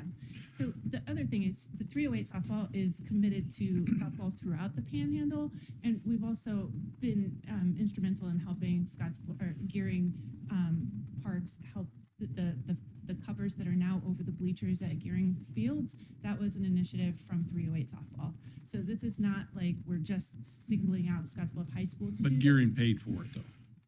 In Gearing, is that correct? Yes. Okay. Jackie, how far are you along with your pledges on this thing? How much do you have? So we have 25,000. So far. So far. Okay. Well, I tell you what, I think this should remain a pledge up until you have some contract signed, because construction is a whole different animal than donating money to a band or a wrestling team or something like that. Construction's a whole different animal. And I don't have a problem pledging this money for the 2 years, but at your discretion, when you see a signed contract, that'd be the only time that you would release those funds. They have to bring, paid receipts to us. So that's how Well, we, you should see a signed contract too, because you're a partner in this thing. You should be able to see the signed contract that you do have a contract with, whether it's B&C Steel or Paul Reed or whoever's putting this thing, before we relinquish funds if you have a contract. Well, are you saying, Brenda, what you're saying is the project has to be completed and then you get the invoices. So the job's gonna be Okay, it's gonna done be done. Okay, well. yeah, All right. yes. before they get the money, right? That's the only way. Okay, that'd so be then fine. that So it's solves just, that. we're doing a pledge right now. This is a pledge. Well, Till it's done, And yeah. in a sense, we've done this before. If you can all remember how much money went out to the zoo. The zoo is owned by the city. And they came to the tourism group asking for, But the A lot- zoo a lot isn't of here though. The zoo isn't here and neither is the school and neither is Scotts Bluff. It's two no, things. but by that, I'm trying to justify giving money to somebody else's I agree. property I agree, to but And like we if a she's city gonna or do a it- school district. But if she's gonna, yeah, as long And as we- she's and we've gonna done pay it. it after completion, then Yeah, I'm all right and- with that. Yeah, we did the same thing with 23 clubs. So we Yeah. gave them, two different amounts. We gave them 60,000 one time and then we gave them 40,000 a year later. Okay. So I guess if it's you- similar. If you're doing it that way, Yes. You bet, absolutely. I would move for approval. I'll second. Any other discussion? Hearing none, we'll vote. Thanks for indulging my umpire discussion. The reason I wanted to bring, the reason I wanted to bring that up is because it's been, 5-0. it's been an objection to Motion's carried. sports tourism. And the fact that you guys are actually having a letter from somebody where they object to it, and it's like, someone's doing a very good job at it, so. Yep. Thanks. All right, we'll go to the next item, discuss and consider Farm museum. sticking prize their nose purse in the money Tournaments. in the amount of 16,000 for Rubadoo Rendezvous in 2026. Brenda? Okay. Jim? I don't probably have to give much of an introduction here. This is, where did he go? Okay, he was here. So Rubadoo Rendezvous, they are not going to host an event in 2025, but we are, however, doing everything we can to boost the attendance using Rubadoo and other patrons to do the flyover to flyover race. So we might be down a little bit, but we still have gravel in Scotts Bluff County in 2025. So Aaron's request is actually for the prize money that will be spent in 2026. Do you have your date yet? It's between two, so it's. Yeah, gonna be we're trying to June narrow or it down. Late May. As you know, when he started, this years ago, we started out with 70 riders. We're up past 600 now. It's the reason we were able to bid the Gravel Nationals for 2 years in a row. So this prize purse, what it does is it really allows him to get more riders. The bigger the purse, the more money that they can win, then obviously the larger attraction it is to come to Scotts Bluff County and ride gravel. And Aaron does a fantastic job And I'll turn it over to him if you should have any questions about 2026. Well, you could be Or at fly over to 6:02 if Russ flyover. and I decide that we're gonna join. We haven't, Be a deal, wouldn't we're still talking about it. Well, Yeah. we'll get you into the flyover to flyover Pumped up. this year. Have we run the sports index on the gravel race, the nationals, or the Rubidoux Rendezvous? No. So we gotta make sure we're doing that. We got the tool to study the return on investment, so we wanna make sure we're using that Nebraska Sports Index. Charlie, we won't have it in 26. We're only gonna have it this year, right? So we've had several races in the past that will be on the same scale as this one, so we can study past events. Yeah, so what I can tell you, using pretty standard tourism numbers, Ready? for Aaron Rains, AARONRAINES. What I can tell you about, like I said, using pretty standard tourism math, the economic impact from this event, which 600 participants, but we know, that's 1,200, 1,600 people, it's families, it's teams and things like that. Roughly, conservatively, between $600,000 and $700,000 over that week. And what we see, people come Monday and Tuesday, the week of. Not everyone, obviously, but it's really rare for them to show up the night before and leave the next day. They're spending money at restaurants. They're not just going into McDonald's to make sure their kids are fed and spend as little money as possible. We fill hotels pretty regularly. I know it's really hard to get a hotel on whatever weekend we do that. It's about heads and beds. Like that's what this is. And so I'm asking for a little less than what I did 2 years ago now at this point. I will add money out of my budget to expand this, so it won't just be the 16. And just a note, you kind of got double bang for your buck the last time we did this, because we didn't have an event in 2023. We had a pretty big storm in late June. I don't know if you remember. So that next morning we canceled, but most people were already here spending their money and being in the hotels, and we moved that prize person to 2024. And like I said, you got 2 years out of it. So, but yeah, the great thing about gravel cycling, it's you line up next to your favorite pro, right? And so that's that attraction and getting that pro field here with this incentive. It just sort of boosts attendance, it boosts social media exposure, it boosts all that kind of stuff, right? And so that's the idea. Aaron, it's been a great event. Thank you. And I know you with Brenda and everybody else that works on that. Congratulations, you guys are doing really, really well with that. Appreciate it. A lot of Needed a people are break. talking about it. It just gets better and better, Yeah. Everybody, I remember when it first came, I think, they're coming here to ride a bike on a gravel road. When I lived on the farm, I had to take my bike into town so I could ride it, getting flat tires. Yep. But thank you, guys. You really are. Appreciate all that. I would move for approval. I know the day that we announced second. nationals, Charlie had one of the best lines ever. And that was, these gravel racers are the only people that don't complain about our country roads. They like them, so that's, we've had to use that a couple of times, when selling our race, because he's exactly right. The rougher, the better, so they love them. That's good. So we have a motion and a second. Okay.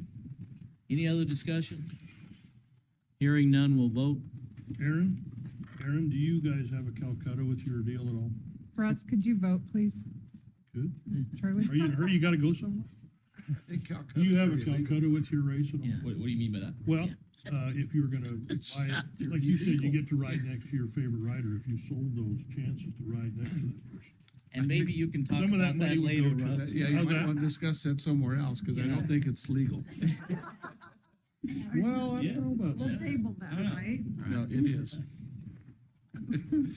All right. Okay. So the motion was carried, That's after everything. and we'll move on to the next item, which is discuss and consider Horizon Music Festival promotional grant in the amount of $13,750. Yes, so, this is a Christian music festival. It's a 2-day event. Past spectators have been right around the 10,000 mark. It is a free concert, so that's one thing that's really nice. It gives, people different opportunities, no matter what, your economic, Situation. exactly, your economic situation is. So it's a great opportunity. This year, they do have a Grammy Award winner. His name is Zach Williams. And I've invited, everybody stands in a different place. I've invited Anthony to be here this evening to answer any questions that you should have about the event. But it was the recommendation of the tourism committee to proceed with the $13,750. This is all to be used for marketing, so there's no incentive here. And I personally like these a little bit better. Incentive, you don't always get a return. It just pays for something directly involved with the event. But this market, they're marketing all over the Midwest. So it gets our name out there a little bit more. Have they been here before? Last summer was the first year. Yes. Last summer was the first year. It was the second year. Second year. So, yeah, so this will be, right, yes. Third one. So, Can't go there. So I've got some questions and I know the answers to them, but I want this board to hear the type of marketing that you're doing and how you target specific markets. This is the most impressive marketing program that any of our tourism events or attractions participates in. This is a phenomenal marketing strategy. I'd like you to just kind of go into detail on how you, And Anthony, how you do that. let me say one thing to them before you start. And that's, I will just tell you that when we had the tourism committee meeting, this item caused more excitement and more enthusiasm, I thought, from all of the members on that committee. And they were excited about it and were anxious to approve his request. But go ahead, Anthony, you need to tell them about it, but give us your name and the spelling. Okay, thank you. Anthony Parra, ANTHONY PARRA. Thank you, obviously, for your kind words. That means a lot. We're just a group of volunteers just trying to put this on. And so for Charlie, your questions, I'm just a person that owns a gas station and coffee shop and wear many hats, but marketing is not my profession. And so I really appreciate that. That means a lot. Brenda handed out the types of marketing that we will do. So I'll kind of go off the list there real quick, just so you guys kind of have an idea. Radio ads, that's pretty generic, and that's in KNB, KSLT, pretty much anyone that's listening to our type of music. So we are a Christian music festival. KSLT, I'm not sure if you guys have heard of Hills Alive. Hills Alive's a music festival, very similar to ours, that's out in Rapid City. They draw 75,000 people. KSLT was actually the radio station that put it on for many years. They're the ones that organized it. They're the ones like the artists. They're the ones that promoted it and everything. It's since passed to Lifelight. However, KSLT, the radio station, is still heavily involved. And so that's one of the main radio stations that we start to advertise to during right around that Hills Alive time. So we're trying to get the same people that are going to that music festival to know about our music festival. Their music festival is also, I believe, in mid-July, so it's not really overlapping too heavily. It gives enough people time to save up just for their gas money because our event is free, and so that they can come here. Social media, that one, the first year, it wasn't quite as big. Second year, we boosted that even more. And that's probably the one that's probably given us just the most exposure. That one helps, that's easy. That's really good numbers to see back on what we saw. I believe one of our main campaigns, it ran about 6 ads for about three to 4 months. We had 450,000 impressions on that. So that's just people seeing our ads, whether it be here locally or we put, I think, about a 300-mile radius. So we're also not trying to go too far above our reach. We did have people come from much further than that, or at least they told us they did. But we know that that's an easy trip to make for someone to come and spend the night. Email marketing, this might be one that you might be referring to. So email marketing, we're able to directly email people that have shown interest or have purchased tickets from the artists that we're bringing in. So for this year we have oh, why is he slipping my mind? Is Zach Williams coming here? And so we're able to go onto iTickets and bands in town and see, have they purchased tickets to Zach Williams concerts before? If you have, then we're going to push to you, but also within that 300-mile radius. And so people that are exactly wanting this type of music will get that. Programs, those are just programs that we give out for free at the event, letting you know more about our community, the people that support it, and just a little bit general maps and some other things in there. The one, I guess I kind of probably skipped over it. I think it's actually part of that radio marketing. We also market on Spotify and Pandora. So we're same concept as the email marketing. The people that are listening to our music are the ones that we're directly advertising to. So we're trying to be as efficient as we can with our marketing dollars. Banners and things like that, that's just things that we hang up throughout the event and stuff. And to be honest, in the other marketing is one that this is really hard, like I said at the beginning, not being a professional, not someone that can put out a great marketing strategy from the beginning. It's hard for me to know exactly what I'm going to spend money on. Last year, we bought mugs and had bracelets and things like that and gave them out to the community. We also gave away hotel rooms. Our organization alone, we reserved, I think, 40, if not 50 hotel rooms that weekend, our organization alone.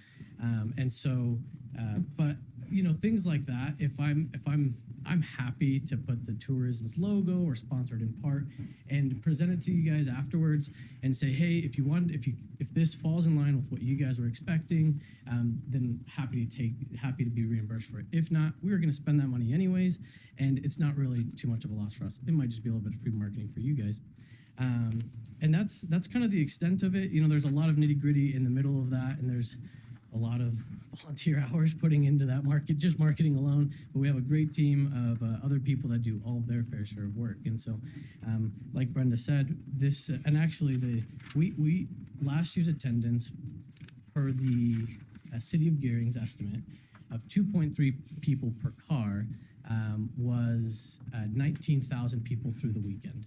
We did estimate that we had about 10,000 plus people there at one time during Skillet's concert. And so, well-attended event. Again, being free is probably the biggest advantage and also sometimes disadvantage, as I mentioned at the tourism meeting. Being free also is hard to show people the value they're getting. But we are bringing in world-class artists, very recognizable, Grammy Award-winning artists. And so it's something that I think that even if you're not into the Christian music, this is a fantastic community event. We have bounce houses, 9 Square, all these things for kids. We also have food trucks and just many other things like that. I did forget to mention that the social on the email marketing, I think we sent out over 30,000 emails with that. I think the last year was about the same amount, $3,000. And so it is very effective and not trying to be as efficient as possible without wasting money there. So, yeah. I hope that answered a little bit of what you were. One of the things that is really helping you is the entertainment that you bring in.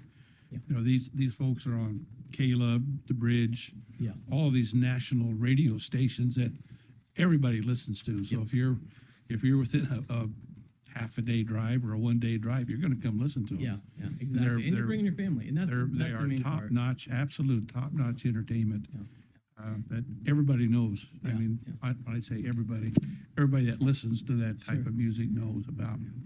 Last year, for instance, Skillet, they're one of the bands that dips pretty heavily into the secular crowd. So even not being a Christian music listener, you probably knew who Skillet was. Well, this you year, had Crowder here. We had Crowder here the first year. This year, Zach Williams, he does have a song with Dolly Parton, for instance. And so just, we're trying to bring in that level of artists, and we want to continue that. However, we need all the help we can get, and that's why I'm here. Maybe next year I might have to ask for more in order to keep bringing them in, but... I don't think you have to do any more convincing. I really don't. Yeah. I would move for approval. I'll second. I have a motion and a second for approval. Any other discussion? CERT team does a lot for this. Yeah, we've been support for the last 3 years. We provide crowd observation, first aid, and we're there in case anything goes haywire. But it's a great crowd to work with. It's a pleasure. I look forward to it every year. So Last year, I think we only had someone maybe think they were gonna faint, so. I'm a big fan. I'm a big fan. It's wholesome entertainment for And community. then Gearing PD is doing the security, I believe, so. We have our own volunteer security. Gearing PD was out there, but we haven't contracted with them yet. However, this year, seeing the crowd size, we're hoping to work a little bit more cohesively, or might not cohesive, but more together a lot more. Any other discussion? Good job, guys. I think this event is a good example of, I don't want to call it a strain, but the use of resources for the CERT team, Sheriff's Department, Gearing PD. So as our tourism events grow, we just need to keep them in mind. And it's definitely worth the spend there. So. Thank you, John. Thank you so much. All right. So we have a motion and a second. Let's go ahead and vote. Before Brenda takes off, I did visit with her this week. She booked her first bus tour, right? Motion's carried. Okay, I'm sorry. Votes 5-0. Sorry, but I didn't know whether she was gonna leave or not. That's all right. But kudos to you. I don't know how much money it brings in. I don't know anything about it, but it's successful, and Gearing Visitor Center has allowed you to do that, or you're going to be doing that more often, is what I'm understanding, correct? Thank you. And I'll have a cost analysis for you next time. I go. This one's coming from Iowa, you said? Yes. Okay. Okay, we'll move on to the next item. Discuss and consider appointment of Victor Walker to the Scotts Bluff County Veteran Service Committee. Matt, is he here? No, he provided the letter. Okay, Well, I can speak to that. okay. I've known Mr. Walker for a long time. He used to be in charge of the aging office for years. He's a well thought of individual within the veteran community as well as our own community. I'm a veteran too, served in the Marine Corps and Army. And he was nominated by his Veterans Foreign War Post. And he would definitely be an asset to the Veterans Committee. So I recommend approval. You make that a Is that a motion? motion then? I move that we appoint Victor Walker to the Veterans Service Board. I'll second Any other discussion? Hearing none, we'll vote.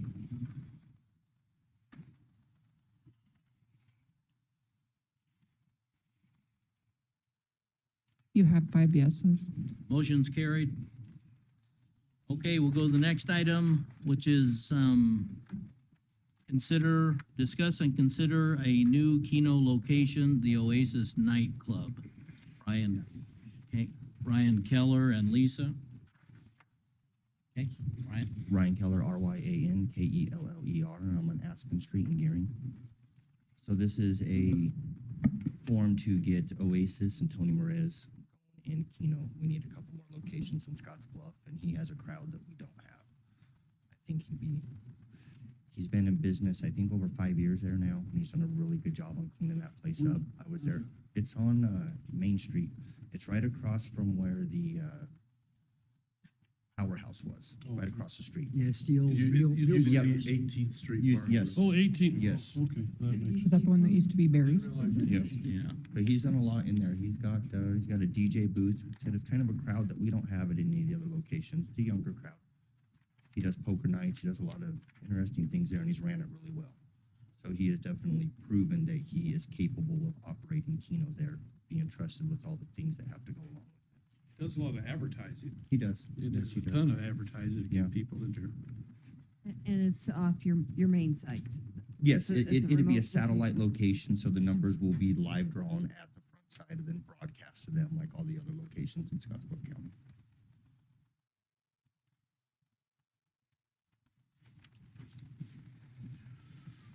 And he needed the chairman's signature on this Yeah. form for the So date. this is Seeing that step at the one of bottom. many to get him a Keno license. The sheriff signed off on that, it's all done, He doesn't need that. Is I that don't think the something I don't sheriff even signs. have? No, you'll have it now. We'll get you a copy. Because he brought it to me, just brought it. Normally signed it we today. talk about the sheriff's approval on liquor Alcohol, licenses, liquor, which he's already done through the city of Scotts Bluff. He's already got his liquor license. And I don't believe he's ever had a violation or anything like that. If I recall correctly, I kind of tracked those. I've never seen anything over there. Quote I'd me make on a that. motion to approve the new Keno location, Oasis nightclub. I'll second that. I have a motion and a second. Any other discussion? Hearing none, we'll go ahead and vote.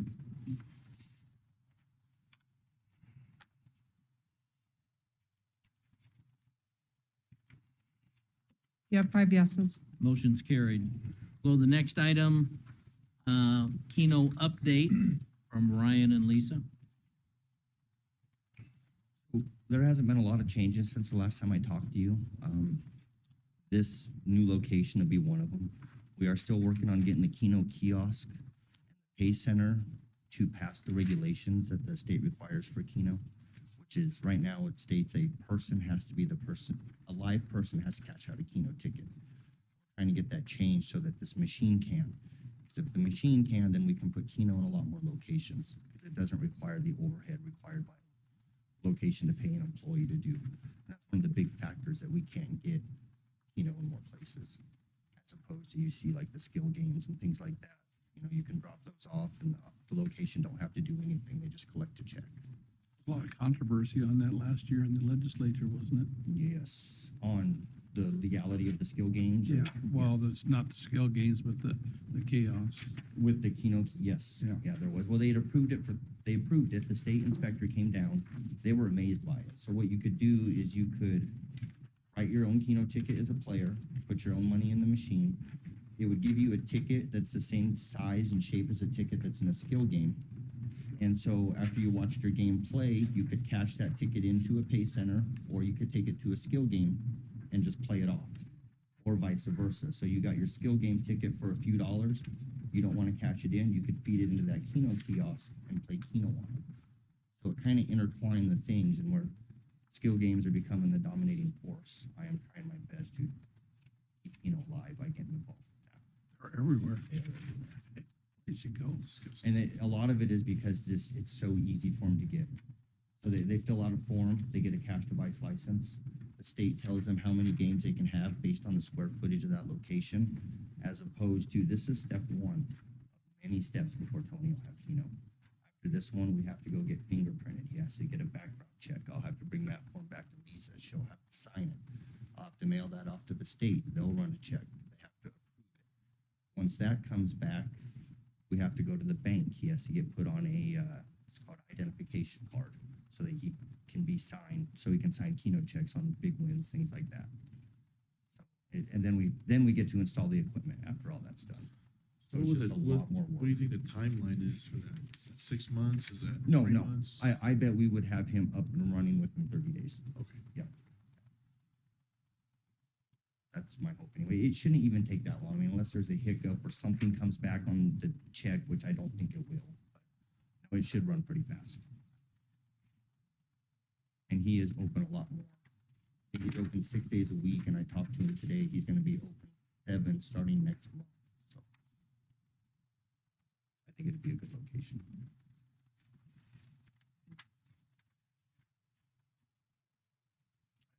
Approval. Oh, we already There's no approved. approval. Yeah, That's right, never Okay. mind. Well, we've been here for 3 hours. Changes, we have Wanna made a approve couple small everything. changes. We are gonna start doing on-site. It used to be a Keno location would send their employees to us, and we would let them train at the front side, the main parlor over there. We're gonna change that rule around. We're gonna pay an employee to go over to their location. I think it'll be more beneficial to learn in their environment than it is to come in. Front side gets a little hectic. There's a lot going on, 3 different riders, and they get overwhelmed. I think we'll have less errors if we go the other way around. It'll cost us a little more money, but I think it'll be beneficial in the long run. So give me the short version about what are the numbers doing? Are they going down? I know they were for a while, but They were for a while. We are starting to see it come back a little bit. I think a lot of that's just due to the economy. we haven't done nothing really changed. We haven't had no new locations, but I see business has been better at a lot of locations, not just Keno business, but their sales and things like that too. I think the fall and into the winter time had been slow for Yep. some people. Sure have. And we've lost business at the Rustic. Yes, the casino in Torrington definitely, as far as Keno goes, yeah. Our Keno proceeds, I think they're gonna be down anywhere from 50 to 100,000 over what they were last year, under what they were last year. So we're still downward. The, Maybe you a know, new site or two will help. those skill games certainly take some of the money away as well, and I know they call them skill games, and I don't really agree with that definition, There's a reason. but I'm also not real excited about them either, and, but anyway, probably takes There part are of the money some- away. I mean, there's a lot of people using them. There are some rules coming in July based on those skill games. And that might put some of the smaller, might do away with some of them. We'll see. I see some of these gas stations that have 5 machines, and sometimes when I go there at 5:30 in the morning, they're full. Every seat full. Absolutely. Can't wait to be And there. it's great, it's crazy. And we receive nothing from those. We can tax them. There's nothing stopping us from taxing them. We are stopping ourselves from taxing them. Why are we not doing that? We need to be doing that. We need to be doing that. Proposal last year's legislature. So are you saying we can't? You held up. You say we can't do it? If you remember, you were headed that direction. You had the discussions, you were on the precipice of doing so. But there was legislation that was going through the process where they were gonna do it on the state level. And so you. We had Can we go back at it again? let's do it. We should do it. I think we ought to do that. Put that on the agenda Nate. for next time. Well, NACO would be probably the key player here. Well, there was other considerations. Okay, any other questions for Ryan while he's here on this update? Hang right in there, you're doing good. Are Right. you doing all right for yourself? Yeah, it's been okay. That's what I wanna hear. It's been okay. We had a question the other night, and that was, is the Keno that's down at the Pink Palace in McGrew, is that your Keno? Yes. Okay, It is. The That's county Lucky Keno. now. It is still Lucky Keno. It's not intertwined with the live draw. It's an independently ran system. Okay, There are 3 of those systems that I still run, and their Okay. grandfather claused in. They're as old as the bar. So they still run on floppy disks. That's It's- how old back those go. it's not county, It's not Scotts Bluff County. it's But not they are the county most Keno. reliable systems, because when the internet goes down, they don't go down. When the Keep power, on grinding it out. when the power flickers, as soon as they come back on, they're working. So where does that revenue go? Well, To you. yeah, to McGrew. Yeah, it's the same type of contract that I have with Scotts Bluff County. Okay, I wondered, and Yeah, we talked about it. I told him I didn't think Bridge- that was Scotts Bluff. County. Bridgeport to Morrill, we operate all in between there. So Minutair, Baird, McGrew, with Lucky, with Lucky, Yeah. yes, not Scottsville County. correct. Lyman's lucky. No, every time the paper puts an article out, they say it is, but Lyman is not Lucky Keno. Never has been. Never had. That's just. It's county. Yep. Is it county? No, it's, I think Lyman's. Nebraska Lotto, Okay. somebody else contracts with Yeah, them. we don't get anything. Okay, I was gonna say it's different than county. Yep. okay. Yep. I just thought it was lucky. 'Cause I ate their A lot of firehouse people couple do. I answer questions when they call asking about it, because I know the answers, but it is definitely. Any other questions? Sure. Thanks for the report. I'm not gonna Thank make a you. motion. Thanks. for Thanks, No, Ryan. we don't need a motion. Thank you. Yeah. Can we get a copy of that? And get you, okay. Okay, I just come pick one up tomorrow. Yeah. that'd Okay, be that's fine. Are you sure? Good to see you. All right, we'll go to the next item, which is, discuss and, no, we already did that one. Discuss and consider approval of Region 1 Behavior Health Authority Mental Health Awareness Month proclamation. Is there anyone here on this item? No. I don't think so. So we do have a proclamation. And I'll plan on signing that if there's no objections. I think you should, because that is a real big issue in our community. I've taken a lot of training out there, dealing with this. And I think we really need to wholeheartedly support this. Do we need a motion for it or not? I think we should. And And I would like to, Chairman's signature on the proclamation from Region 1 Behavioral Health Authority. So I have it here, and I don't know if I need to read it. I would like to add that it's May.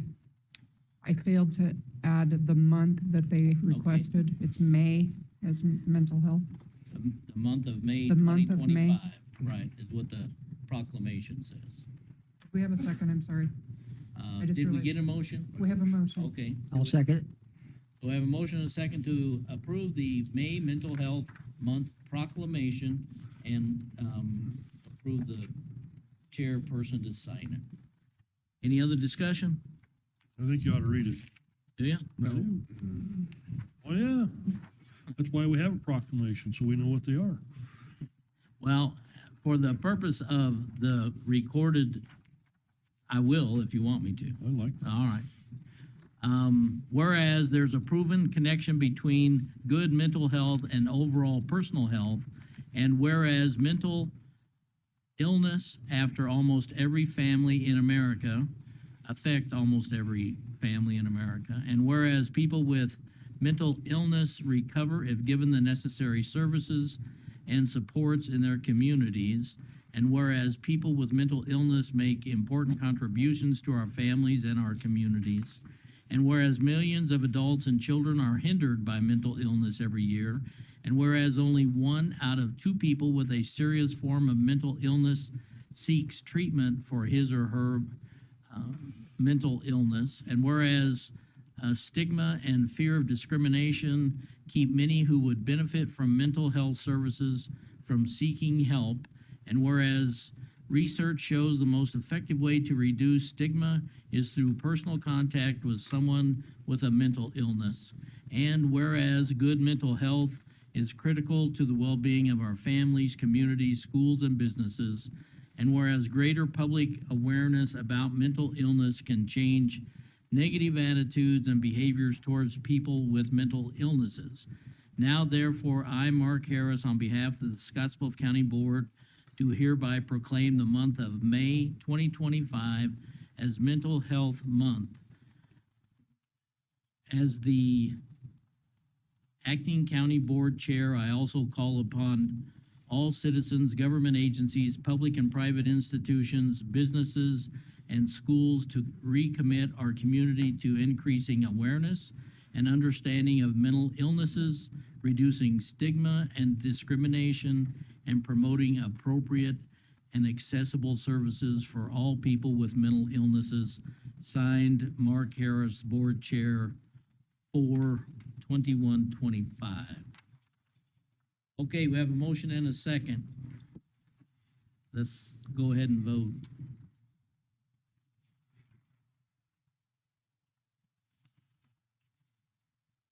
Yeah, 5 yeses. Motion's approved. All right, we're going to old business, time clock plus, and payroll processes. Lisa? I'm making some strides in getting the roads department on board with the time clock. I'm understanding we gotta make sure they all understand how to use the actual clock to punch in their sick leave, their vacation, and that wasn't happening. And they'll need to be printing time reports. That hasn't been happening every month at payroll time, so that each individual employee can review these reports and make sure their time is accurate. And it'll give them a better understanding of how they're being paid as well. And all the programming is, they tell me done. Kelly's payroll person is back in the office, and we can start trying to test the import process. I'm sitting through another webinar tomorrow on that.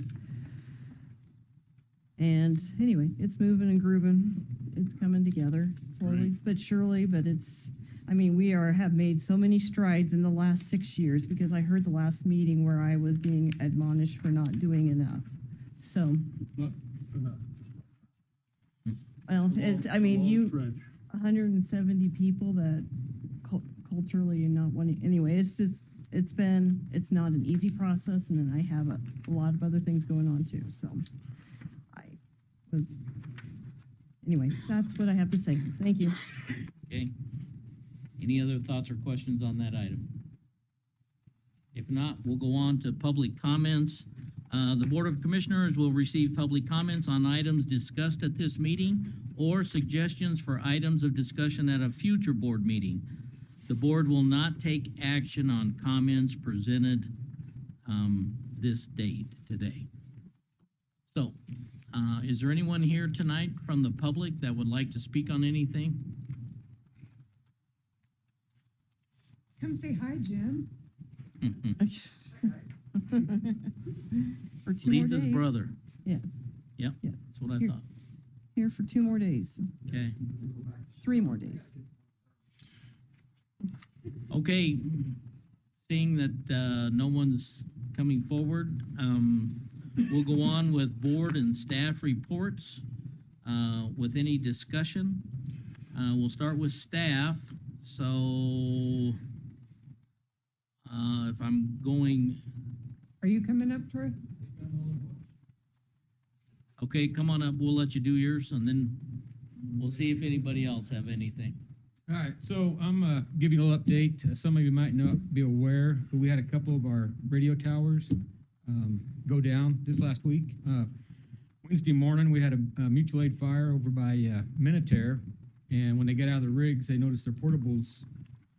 They give a code site trunking, which means it's seeing a tower, but the tower's not working. So we started troubleshooting the problem and found out that Lake Minutair Tower wasn't receiving any data. And so we sent Kent from Action out. He's a service tech. It was too windy to go up the tower to find out exactly what was wrong, but he initially suspected that maybe somebody shot our microwave up there. But it's so far up you can't see if there's any bullet holes in it.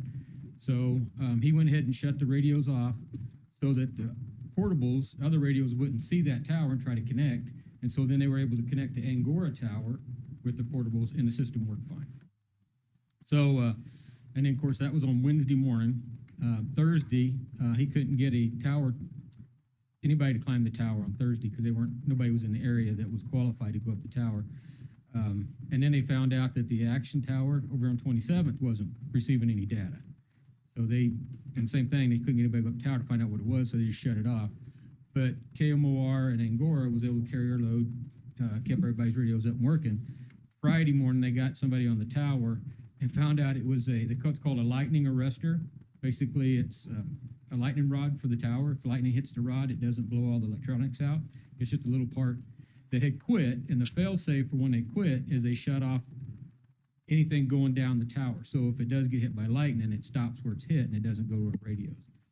And then when they got on the highway or 26th or 27th Avenue tower, it was a coax that had gone bad and lost connection. So they were able to replace them. Pretty simple fix. Got everything back up and running by mid-morning Friday. That's good. But I do want to make sure you guys were aware that we had a little issue going on at the end of the week, and it got resolved pretty simple. Troy did contact me. Oh, yeah, we called you early right that away, morning, but- and then Yep, let you Cindy know. kept me posted all through the day how things were progressing. Yeah, we did let so you know right away. Yeah. To oversee us, and That was great. They we were, were working. everybody was out doing what they needed to do, which was wonderful. Yeah, it worked pretty, other than the weather kept Ken off the tower, and then they just had to wait for a tech to get back from Estes. I think they were up working on towers in Estes, and they got back sometime Thursday night, got up on the tower Friday morning, got working. Yeah, that's it. Otherwise, everything's fine. And y'all, don't forget, you guys got a jail inspection tonight. All right. We're headed there, Getting last late, thing. y'all. That's where we're headed when we're done here. All right, Miss Kelly. I do don't you have anything. Okay, so we're kind of going this way. Brenda, did you have anything further? Okay. Anyone else over here? Back in Sheriff? line. Thank you. Jason? Nothing this evening, thank you. Lisa? Yes, I have a couple things. I had a visit from Raul Aguayo from the airport, and apparently they're building a new building, or they're potentially building a new building. Did you go to the last meeting about this? I go to every meeting. Okay. And it's a hangar for a county resident, and it will be added to our insurance policy, but they will set up their triple net leases, am I using the right word? So that that person will be handling the cost of their own insurance, right? Okay, so Good. that, and we met with the 911 advisory committee last week. I'm sitting as your chair right now. We will be presenting our budget next month to them. We have to do it by May 15th. Our meeting scheduled May 20th. Got to see how we can work that out. Had a meeting today with that Nick Lease. He piqued our curiosity. We've got some things to think about. He's the fellow with the insurance. Charlie brought him to us. Yeah, The guy that had was. some. It's he's got a different concept to think about, and anyway, that just Gets some extra ideas. Yeah. And whether it'll save us $1 million, yeah, but I mean, he's got some ideas. Senator Pete Ricketts is supposed to be in town April 25th. So anyway, just bringing that up. What day? April 25th from 2 to 3 at the Panhandle Research and Extension Center.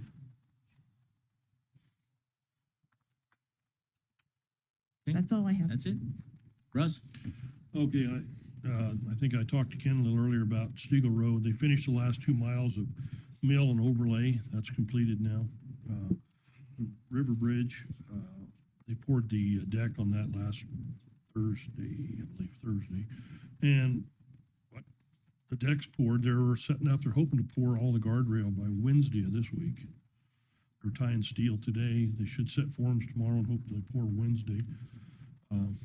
We don't have an opening date. They got the north approach poured, the south approach isn't completed yet, but it's coming along pretty good times. I did ask, he was in the insurance meeting, and their completion date, they think they're able to move it up a bit. Oh, yeah, quite a bit. Yeah. Yeah. That's about all I have, what we've gotten completed. That's happy. Isn't that You should have smiled when you were talking. That's cool. Mike? Well, on the 11th, I had the Operation Clean Sweep meeting downstairs. We're getting right up to the time frame that starts next Saturday. We have our next meeting will be next Friday. We held our Region 22 Advisory Board at the Scotts Bluff School's new building up by the college. We're going to put our permanent emergency operations center in the basement of that building. They gave us a big room to use, so we're just going to get set up so that that will be our permanent EOC in the future. Where is that at, Mike? It's that the old mortgage building. Uh-huh. It's going to be in the basement. Okay, thank you. Then I attended the County Housing Board on the 15th. And that same day I did the 911 Advisory Board meeting. Things are going well there. Tom Shingle is the new board chairman. Like I say, I got the Operation Clean Sweep meeting this last Friday. There will be 2 trainings in the evening for volunteers on Thursday night and Friday night. That will be at Westway Church. Then the 24th, I have a traffic and incident management meeting at the Scotts Bluff County Public Safety Building. And this brings in first responders, fire departments, tow truck drivers, state patrol, all those type people that train constantly on how to manage an incident scene at a traffic deal. So that's kind of my week. Okay. We have Lisa and I have a personnel board meeting Thursday this week, the 24th, 4:30.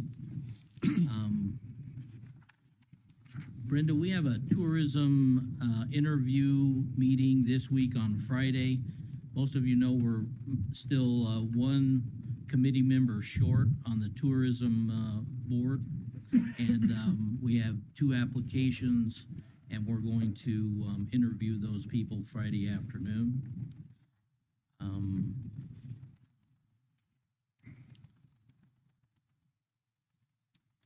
I think that's all I have to report at this point. So, Ken? Had all my meetings last week. biggest topic at all three of them actually were their ARPA funds. They've been notified that they've got to get them spent. So most of the meetings were all taken up of where we can get this money spent before it goes away. Do they need help? Yeah, I offered some suggestions to them Okay. also.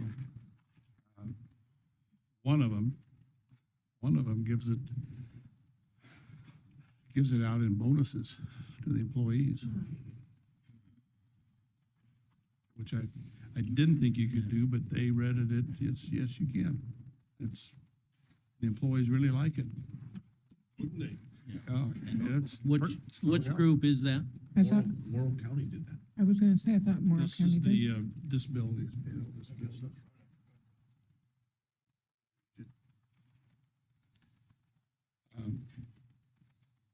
Other than that, no, that's all I've had. I had a church board meeting last week. That counts. Throw that in. Charlie, so fill us in on your things and then also legislation while you're at it. Yeah, so, I just wanna comment on that bonus thing, the ARPA thing. You know, this board, we came up with a mission statement on how we were gonna spend that money. We said, we are gonna spend that money in a method that will save future tax dollars. So we did large capital improvements, we did Stegall Road, we did, you know, a generator at the Eagle courthouse. Road didn't get a nickel of that money. It didn't? Bridge did. The bridge did. The bridge. Yeah. Bridge, So, big tower.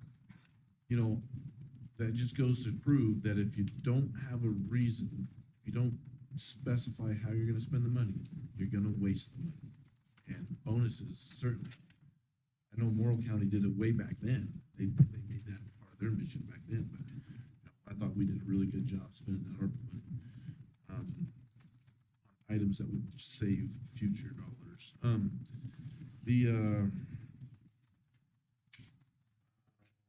So we had one kickoff phone call, Zoom meeting with the Placer AI folks, and kind of got our logins and some, you know, lay of the land type orientation.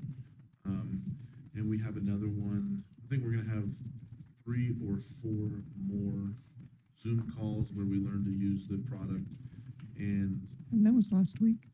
that was last week, yeah. It was Thursday last week.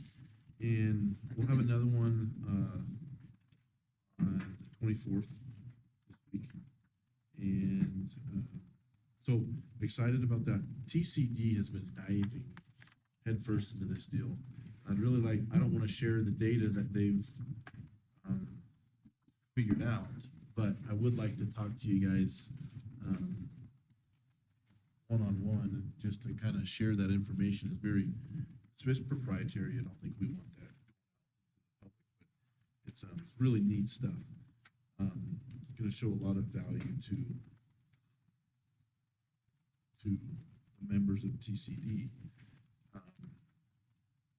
I wasn't at the tourism meeting, obviously, where they awarded the grants, but I did get a report, and I'm super ecstatic, super happy. 70% of all the money granted went to sports-related requests, whether it be capital improvement or promotions. And, you know, I think what that shows is the community's listening. Obviously, there's friction right now with tourism and that sort of stuff. I really think it's moving things forward, and we're getting. You know, we had Aaron talk about his bike race. You know, $16,000 investment from tourism is going to bring $600,000 to $700,000 in economic activity. The softball tournament, bringing in 48 teams. You know, it's gonna, you know, they're estimating $235,000 of economic activity. The baseball tournaments are on the same footing as that softball tournament. I think softball has 2 tournaments. But the putting the heads in the beds is really the most important piece of this thing, and I'm not gonna stop talking about it. How we spend the lodging tax is our LB 840. It is our tip. It is our only opportunity to really impact the local economy. And it must be spent ways that puts heads in beds, that bring people to town. It is vitally important to our local economy. And that's why this is so important to me. You know, we've got tools, we've got Placer AI, we've got the Nebraska Sports Index, powered by Huddle Up. We can study all these things and we can figure out the return on investment. And I really think we're moving in the right direction there. So there is a bill to repeal the inheritance tax. And one of the positive things about that bill is that if it goes, it doubles, nearly doubles, the nameplate capacity tax. So that would make, I think, ballpark numbers here, that 400 megawatt facility out in the western part of the county, with the old nameplate capacity tax, it was about $800,000 a year in revenue to the Scotts Bluff County General Fund. It was over $1 million, it's 1.4, we're gonna get 800.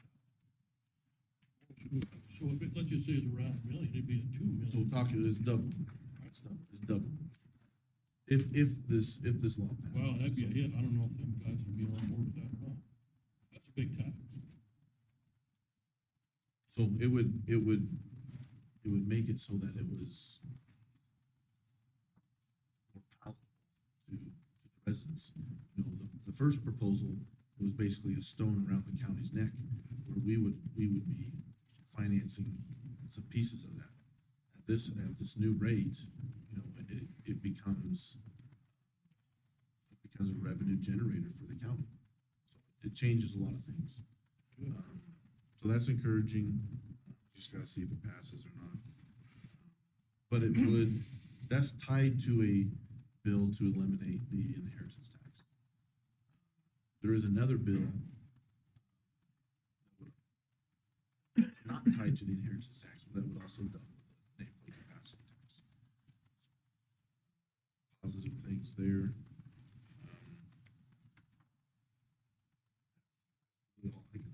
Okay. I have one more thing. How do you guys feel about having Jason look to see what our option would be to tax some of these skill games? I can't hear your question. Go ahead, say it again. I said, what would be the problem with having Jason at the next meeting bring something back to us, some options on how to tax these skill games that Charlie was talking about earlier? Yeah, so I'll just kind of remind you of the conversation we had a year ago. There was a bill in the legislature to also tax those skill games. And we had backed off from it to see what. we had an owner, an operator here, said that if we taxed on top of what the state is gonna tax, it would tax them out of business. And I don't think we wanted to do that. Personally, I wouldn't mind if there were less of those around. But I do think they are a stain on our community. I don't think they I don't think they help anything. But if there's a source of revenue there, I think we should definitely be able to.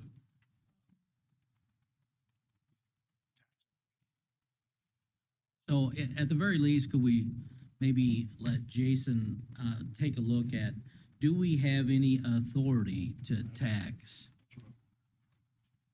skill games? Okay? Let's find that out first, and Let's get it on the then we can agenda. go from there. Talk about it on the next meeting. Right. Okay. Okay? All right, so I believe that's all we have for our agenda here tonight. We are getting ready to recess because we're going to the detention center for our quarterly walkthrough tour. And so we're headed over there. And then officially, we will adjourn our meeting when we're finished over there. So for right now, it's a recess at 7:36. Thank you. We'll see everybody there in about 10 minutes or so, hopefully.